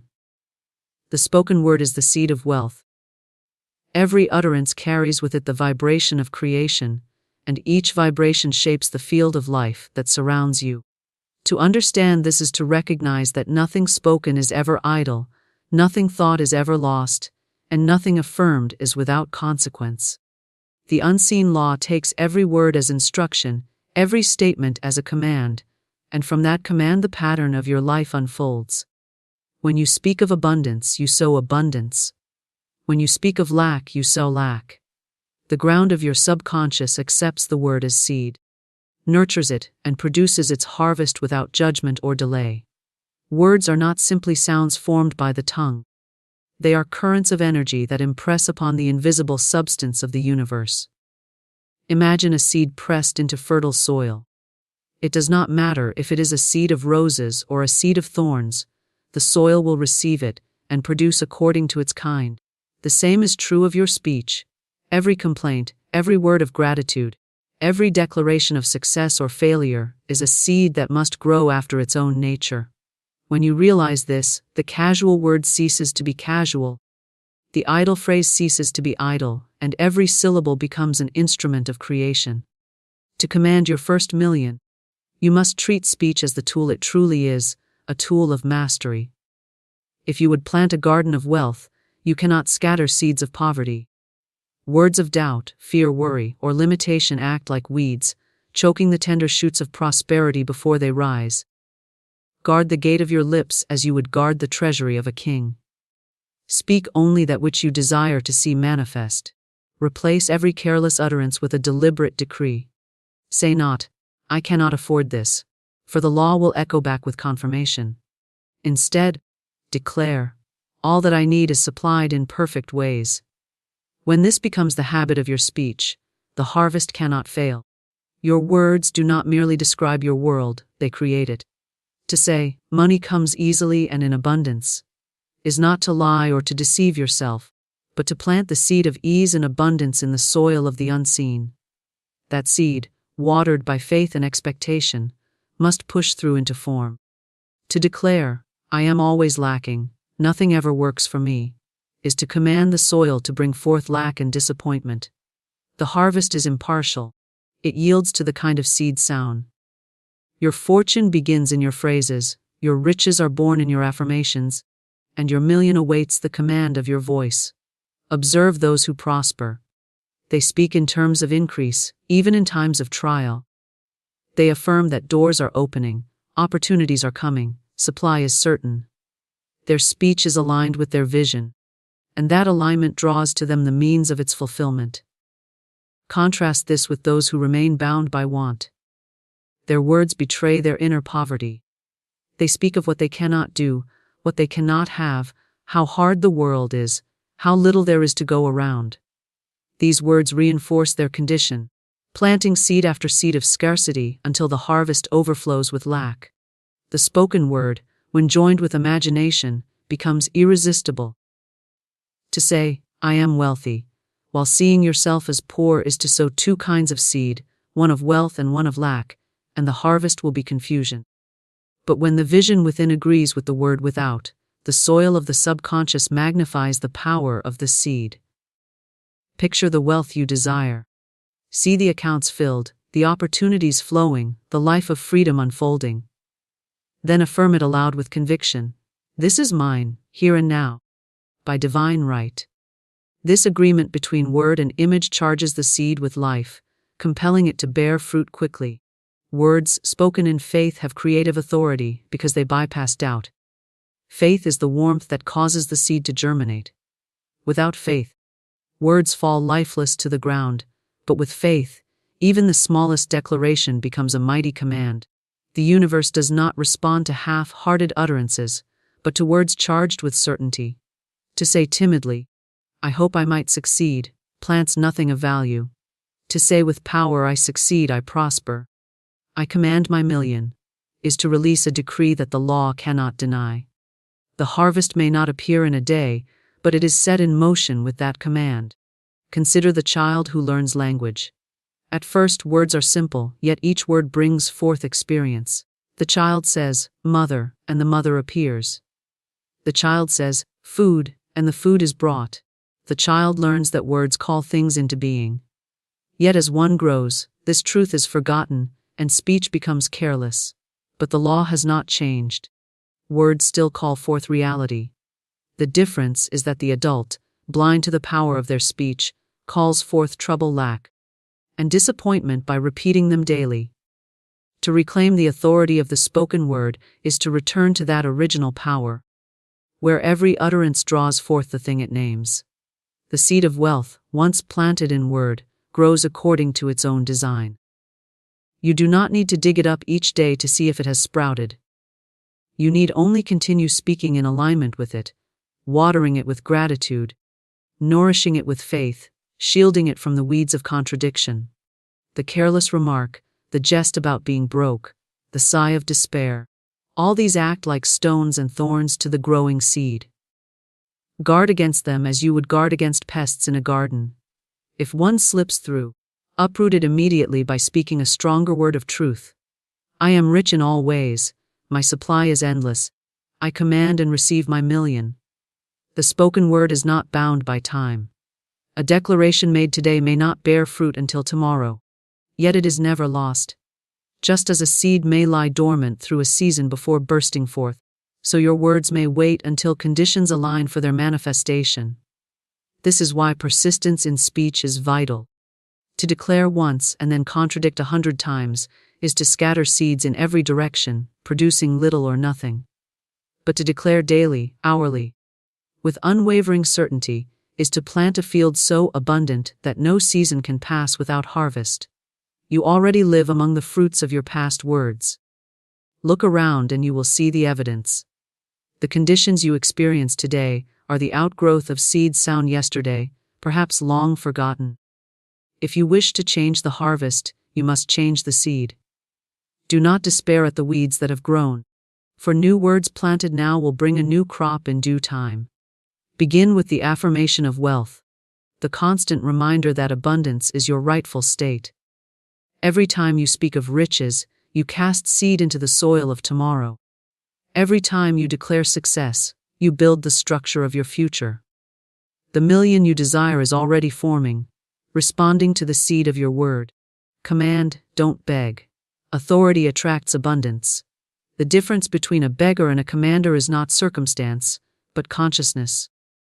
The beggar approaches life, as if supply lies outside of him, pleading with the world, with people, even with fate itself to release a portion of good. He believes himself powerless, at the mercy of chance or the will of others. The commander, however, understands that supply flows through him, not to him. He does not plead, for he knows that the law of abundance is impartial and ever-present, waiting only for a clear directive. To command is to recognize yourself as heir to infinite riches, to take your rightful place as one who speaks with authority, expecting obedience from the unseen forces that govern manifestation. To beg is to affirm lack. Each time you plead, you declare that you do not already possess. that you are separated from your good, that you are undeserving of it, until something outside grants it. The very act of begging places you in a posture of deficiency, and the law, always obedient to your word, mirrors that deficiency in form. But to command is to affirm possession, to recognize that what you desire already exists in the invisible and must reveal itself in the visible. The commander does not plead for money, opportunities, or favor. He speaks the word, claiming them as his own, and then moves as though they are already present. Authority is the magnet that draws abundance. Imagine a sovereign ruler who speaks a decree. The subjects do not question, they act. The decree does not waver, it does not beg, it does not plead, it commands. The unseen law responds to you in the same way. If you speak weakly, doubtingly, as though unworthy of being heard, your decree has no force. But if you speak with certainty, with the calm authority of one who knows, the law hastens to obey. The universe itself bends to the voice of authority. Wealth rushes to meet the one who declares it as his own, while it avoids the one who supplicates, as though it were a favor to be granted. To command rightly, you must first command yourself. The inner voice of doubt, the subtle whisper that says, "You cannot," or "You are unworthy," must be silenced by the stronger voice of truth. Authority begins within. Speak to yourself as a ruler would speak to his subject. I am wealthy, I am powerful, I am divinely supplied. I am always provided for. Each affirmation disciplines the inner realm, training the mind to obey the higher decree. Once the inner world bows to command, the outer world follows in perfect reflection. The beggar asks, "Will this be given to me?" The commander declares, "It is mine." The beggar waits for permission, the commander issues the order. The beggar hopes, the commander expects. These differences may seem small, but they create entire worlds apart. When you hope, you leave space for disappointment. When you expect, you claim inevitability. Hope belongs to one who doubts, expectation belongs to one who commands. Abundance gravitates toward expectation, because expectation is authority in action. You must see yourself as one who has the right to command. Authority is not arrogance, for arrogance is rooted in insecurity, trying to prove what it does not believe. True authority is quiet, steady, confident, grounded in the knowledge of divine law. A commander does not shout to convince himself, nor does he argue with others to prove his power. He simply speaks, knowing the unseen world listens. He knows that he is backed by the infinite, that his word carries weight beyond his own effort, and that what he declares must come to pass. This recognition removes struggle and replaces it with assurance. Consider the difference in posture. The beggar bends low, stretching out hands to receive, eyes lifted with longing, voice trembling with hope. The commander stands upright, shoulders square, gaze steady, hands open to receive what is already his. His voice is firm, his word is final. The beggar places power in another's hand, the commander claims the power within. Which posture do you believe draws wealth? Which posture does the law of supply obey? Always the one who commands, never the one who begs. Authority attracts abundance because it aligns with the truth of the universe. The infinite source of all supply does not withhold, does not ration, does not discriminate. It is ever giving, ever flowing, seeking only the channel through which it may express. The beggar blocks the channel by affirming separation and insufficiency. The commander opens the channel by affirming possession and sufficiency. The law moves swiftly through the open channel. Abundance pours in where authority has spoken. Every time you ask with desperation, you delay your good. Every time you speak with command, you hasten it. Notice your own words. Are you pleading with life? Do you say, "I wish I had money," or "I hope things work out"? These are the phrases of the beggar. Replace them with, "I have more than enough. Everything works in my favor. My million comes quickly and perfectly." These are the declarations of the commander. Speak them until they become your natural language, until your very tone carries authority. Authority also attracts because it inspires action. A beggar waits passively, hoping something will be handed to him. A commander moves confidently, knowing the way will open as he steps forward.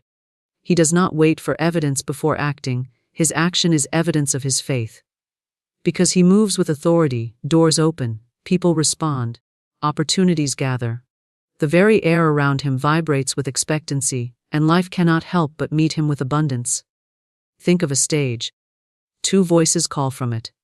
One voice is trembling, pleading for help, uncertain if anyone will listen. The other voice is firm, clear, commanding, as though it already knows the audience will respond. Which voice do you follow? Which voice moves you to act? Life itself responds in the same way. Weak words drift unheard, while words of command move forces seen and unseen into motion. Authority attracts abundance, because authority is aligned with the truth that you are not separate from the source of all wealth. To beg is to say, I am apart from it. To command is to say, I am one with it. The beggar prays to a distant power, while the commander speaks as the channel of that power. The beggar waits for an answer, the commander declares the answer already given. This recognition collapses delay, for nothing needs to travel from outside, it flows from within, through the command you issue. Your million is not waiting for you to beg, it is waiting for you to command. Not with arrogance, not with doubt, but with calm. Steady authority that knows. To command is to speak as if it were already done, to act as though it were already yours, to carry yourself as the one to whom abundance naturally belongs. Authority attracts, authority multiplies, authority manifests. The spoken decree becomes the living reality, for the law obeys the tone of command. Focus on vision, not limitation. The mind is a stage upon which the drama of life is written, rehearsed, and performed. What you behold within, you eventually hold without. To focus on limitation is to magnify chains, to see walls where there are doors, to blind yourself to the riches that stand ready at your command. To focus on vision is to lift the inner sight beyond the present appearance, to behold the life you desire as though it already stood before you. The inner eye directs the outer world, and the law responds faithfully to the image you hold most persistently. If you fill your vision with lack, you reproduce lack. If you fill it with abundance, you reproduce abundance. Limitation whispers constantly, reminding you of what seems impossible, of what you do not yet see, of what others have failed to achieve. These whispers are illusions born of fear, and fear is nothing but faith inverted. Faith in failure instead of success. Every moment you focus on limitation, you feed fear, and fear grows strong enough to block the doorway of opportunity. Vision, however, dissolves fear. When you picture clearly the result you seek, when you hold it steadily despite appearances, you strengthen faith, and faith acts as the magnet that draws conditions into alignment. The image is the mold into which the unseen substance flows. Hold the mold of limitation, and you receive limitation. Hold the mold of vision, and you receive fulfillment. Consider a sculptor standing before a block of marble. He does not stare at the stone in despair, lamenting its hardness or its weight. He holds instead the vision of the figure hidden within. The chisel in his hand moves according to the image in his mind. To one without vision, the block is only stone, impenetrable and stubborn. To the sculptor, the block is the very material of beauty, waiting to reveal what he already sees inside. Life is no different. To the one who focuses on limitation, circumstances appear immovable. To the one who focuses on vision, those same circumstances become the raw material of success, shaped according to the inner image. Vision is not fantasy, for fantasy is an idle daydream without conviction.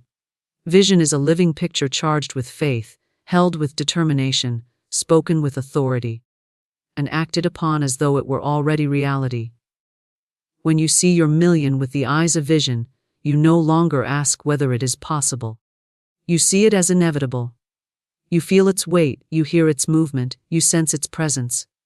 The outer world may still show emptiness, but the inner world is already full, and it is only a matter of time before the fullness of the unseen pushes into the seen. Limitation disguises itself as logic, reason, practicality, and caution. It will say, "You do not have enough education, enough connections, enough resources, enough experience." It will point to the failures of the past, the struggles of others, the statistics of difficulty. But vision ignores such voices. Vision listens only to the inner certainty that what you desire is already yours. Vision refuses to measure itself by the yardstick of limitation, for vision knows that the unseen source is infinite and unlimited. To focus on limitation is to be imprisoned by appearances. To focus on vision is to walk free of appearances, guided by the greater law that shapes circumstances to match the inner picture. You may find that limitation comes in the form of your own words. To say, "I cannot afford it," is to declare poverty. To say, "This is too difficult," is to declare defeat. Each of these words reinforces the vision of lack. Replace them with words that strengthen your vision. I have all I need. Everything is working for my good. My success is assured. These affirmations are not empty phrases. They are the language of vision, painting the picture of abundance upon the canvas of the mind. Speak them until they drown out the language of limitation, until your inner dialogue reflects only the vision you choose. Vision requires discipline. The eyes of the flesh will constantly tempt you with limitation, showing you bills, debts, obstacles, rejections. The eyes of the spirit must remain fixed on the vision of wealth, opportunity, freedom, and success. Every time you are tempted to speak of lack, turn your thought to the vision of abundance. Every time you are tempted to complain of difficulty, turn your thought to the vision of victory. This discipline strengthens the image within until it becomes more real to you than what you see around you. When the inner becomes more real than the outer must change to reflect the inner. Great achievements have always been born of vision, never of limitation. The inventor who created light did not dwell on the darkness. The explorer who crossed unknown seas did not focus on the dangers of storms, but on the land he sought. The builder of cities did not despair over empty fields, but envisioned streets, buildings, and bustling crowds where none yet existed. The same law applies to wealth, success, and freedom. You cannot command your first million while staring at an empty purse. You must hold the vision of abundance so firmly that the empty purse becomes invisible, a temporary shadow soon to be filled with the substance of your decree. Vision draws to itself the means of fulfillment. When you see clearly, you begin to act in harmony with the vision. Ideas come, doors open, people appear, opportunities align. These do not come by chance. They are summoned by the magnetism of vision. Limitation repels them, for when you focus on obstacles, you radiate defeat, and life reflects it back. Vision attracts them, for when you focus on success, you radiate confidence, and life rushes to confirm it. The law is impartial, responding only to the image you hold most strongly. If your vision wavers, your results waver.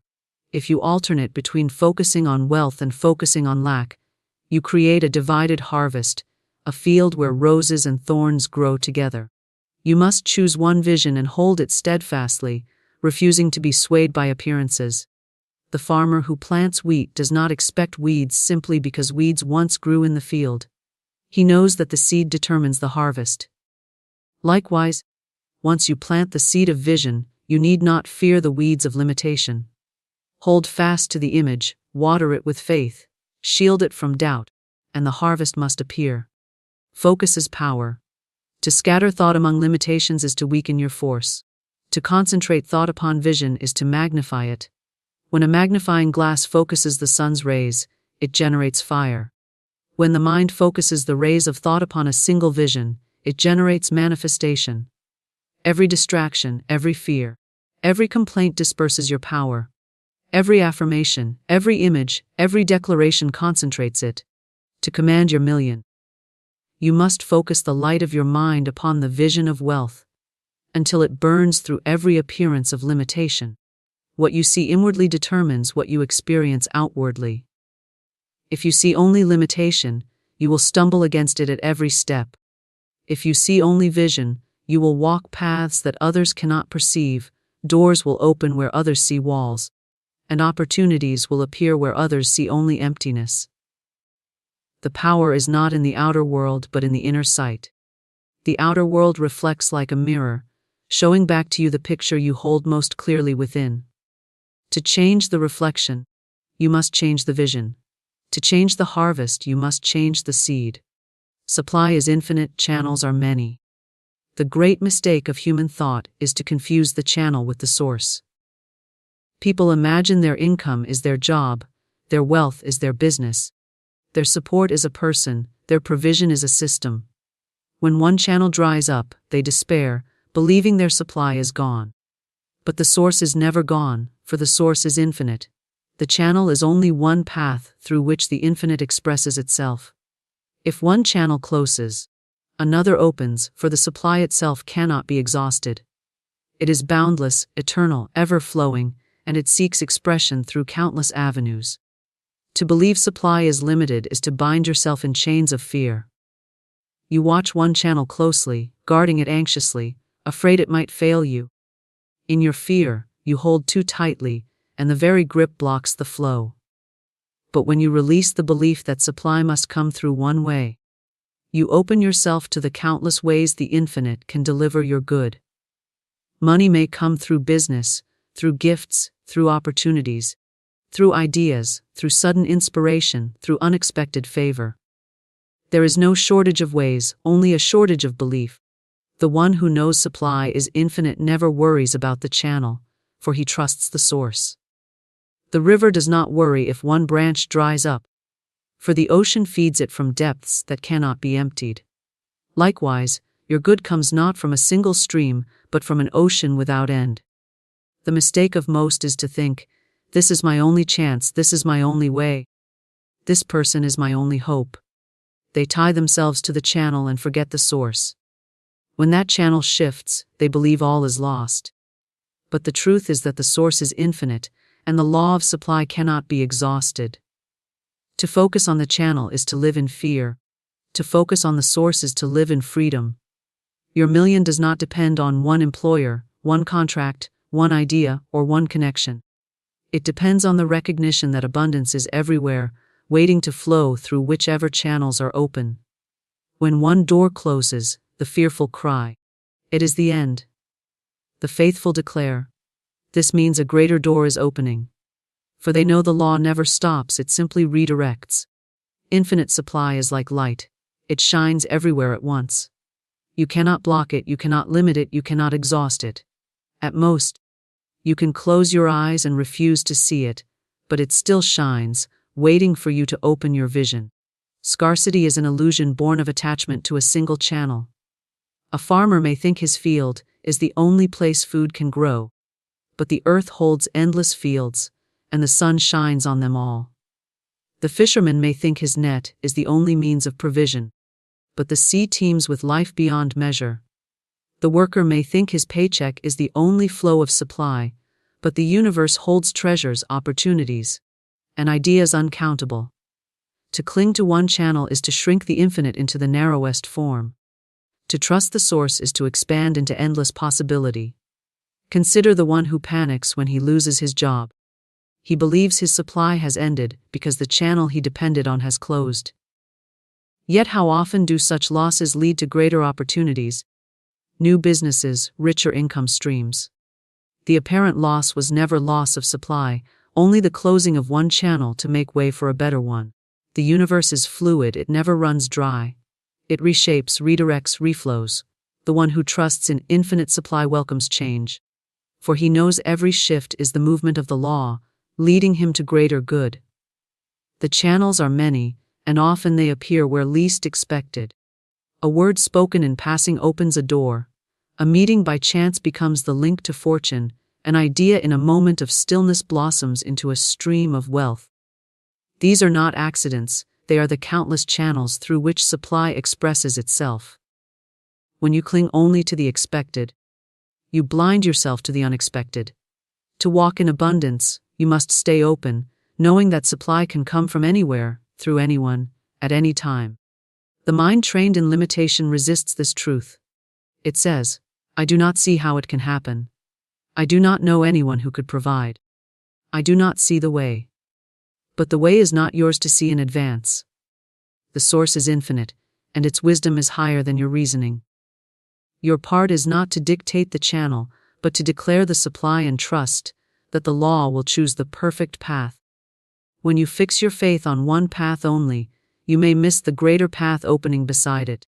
To trust the infinite is to release control of the how and rejoice in the certainty of the what. Supply is infinite not only in money but in ideas, in energy, in creativity, in health, in joy. Every form of wealth flows from the same endless source. If one avenue of wealth seems blocked, another is already forming. If one business fails, another rises. If one plan falters, a greater plan emerges. The infinite cannot be contained by a single structure. It always overflows, always multiplies, always renews. You need only attune yourself to its presence, and you will see channels open where you thought none existed. Think of air.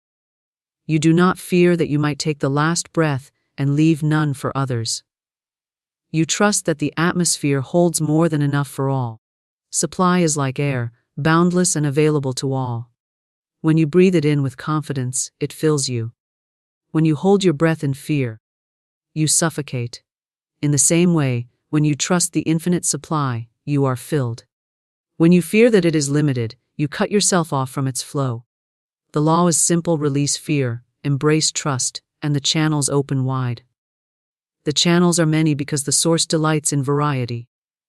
Just as a tree does not grow only one leaf but thousands, life does not provide through one channel but through countless. Some leaves fall, others grow, but the tree remains full, so it is with your supply. One income stream may fade, but others rise to take its place. One idea may fail, but another springs forth richer than before. One person may leave, but others arrive carrying gifts greater than you imagined. The infinite expresses itself in diversity, ensuring that no single channel ever holds your destiny. To focus on infinite supply is to live free of fear. You no longer cling desperately to one job, one deal, one person, believing it to be your lifeline. You see instead that all of life is your lifeline, that the infinite cannot fail, and that channels are abundant beyond number. This freedom gives you courage to act boldly, for you know that even if one attempt fails, the source remains, ready to flow through new ways. Fear paralyzes, trust liberates. The one who trusts infinite supply walks forward unafraid, confident that provision follows every step. Your million, then, is not trapped in a single path. It is already present in the infinite, ready to manifest through whichever channels you allow. If you demand it come one way, you may block the greater way. If you release control, you open yourself to endless ways. The law always provides. The source never fails, the channels never end. Supply is infinite, channels are many. Certainty manifests, hesitation delays. The law of creation responds to the vibration of confidence, not the trembling of doubt. When you move with certainty, the unseen forces align swiftly. Doors open, paths clear, and opportunities hasten to appear. Certainty is the seal upon the decree, the invisible authority that compels manifestation. Hesitation, however, clouds the signal, confuses the command, and postpones the fulfillment of your word. The universe does not respond to indecision. It waits until the order is clear. When the mind wavers between faith and fear, the result wavers too, and what could have been immediate becomes delayed, scattered, or even lost. Certainty is the recognition that what you command is already yours in the unseen, waiting only for its proper expression in the visible. It is not stubborn hope, it is not blind wishing, it is knowledge. To walk in certainty is to walk as though the million you declared is already in your hand, as though the success you envisioned is already surrounding you, as though the abundance you affirmed is already flowing. This posture of mind creates magnetic power. Life reflects back to you the confidence you project, for the law always returns what you send. When you radiate certainty, you attract certainty. When you radiate hesitation, you attract delay. Hesitation is born of divided thought. One moment you say, "It is mine," and the next moment you wonder, "But what if it does not come?" Each contradiction cancels the decree. Planting both wheat and weeds in the same field, the harvest then becomes mixed, confused, delayed. To eradicate hesitation, you must discipline the inner conversation, allowing no word of doubt to take root. Replace every "what if it fails" with "cannot fail." Replace every "I hope" with "I know." replace every someday with no. Certainty speaks in the present tense, for it knows that in the realm of spirit, all is accomplished already. The one who hesitates waits for signs before moving, but the one who is certain moves first, and the signs follow. Faith does not wait for evidence, it produces evidence. When you act as though your command is already fulfilled, the law rushes to confirm your act. Hesitation, however, holds back, analyzing, doubting, calculating, seeking reassurance. This delays the movement of the law, for the law mirrors the state of your belief. If you hesitate, the law hesitates. If you stand firm, the law moves swiftly. Certainty is not arrogance, it is alignment. Arrogance insists on its own power alone. But certainty rests in the power of the unseen law. It knows that the spoken word, once charged with faith, must manifest. It does not demand by force, it declares by authority. The quiet assurance of certainty is stronger than the loudest cry of doubt. The one who speaks calmly, firmly, with the tone of inevitability, commands greater power than the one who shouts from fear. The universe reads vibration, not volume. Consider the traveler who stands at a crossroads. Hesitation keeps him rooted in place, weighing each path, fearing to make the wrong step. He remains unmoved, and so nothing unfolds for him. The certain traveler chooses his direction, steps forward, and the path reveals itself as he walks. Doors that were invisible open, resources that were hidden emerge, helpers appear. His certainty activates the journey. His movement proves his belief. Where hesitation delays, certainty accelerates. Certainty transforms obstacles into stepping stones. The hesitant one sees a barrier and doubts, wondering if he should turn back. The certain one declares, "This too serves my good," and the barrier becomes the very material of his success. Certainty carries a vibration that bends conditions, reshaping what looks like defeat into triumph. Hesitation magnifies problems, but certainty dissolves them. For certainty is rooted in the knowledge that the outcome is already secured. Every thought of hesitation is a leak in the vessel of manifestation. Imagine filling a jar with water. If the jar is cracked with hesitation, the water seeps out and the vessel never fills. Certainty seals the cracks, allowing the jar to overflow. Each word of doubt, each fearful imagination, each moment of indecision drains power from your decree. Each word of certainty, each confident image, each bold action multiplies power.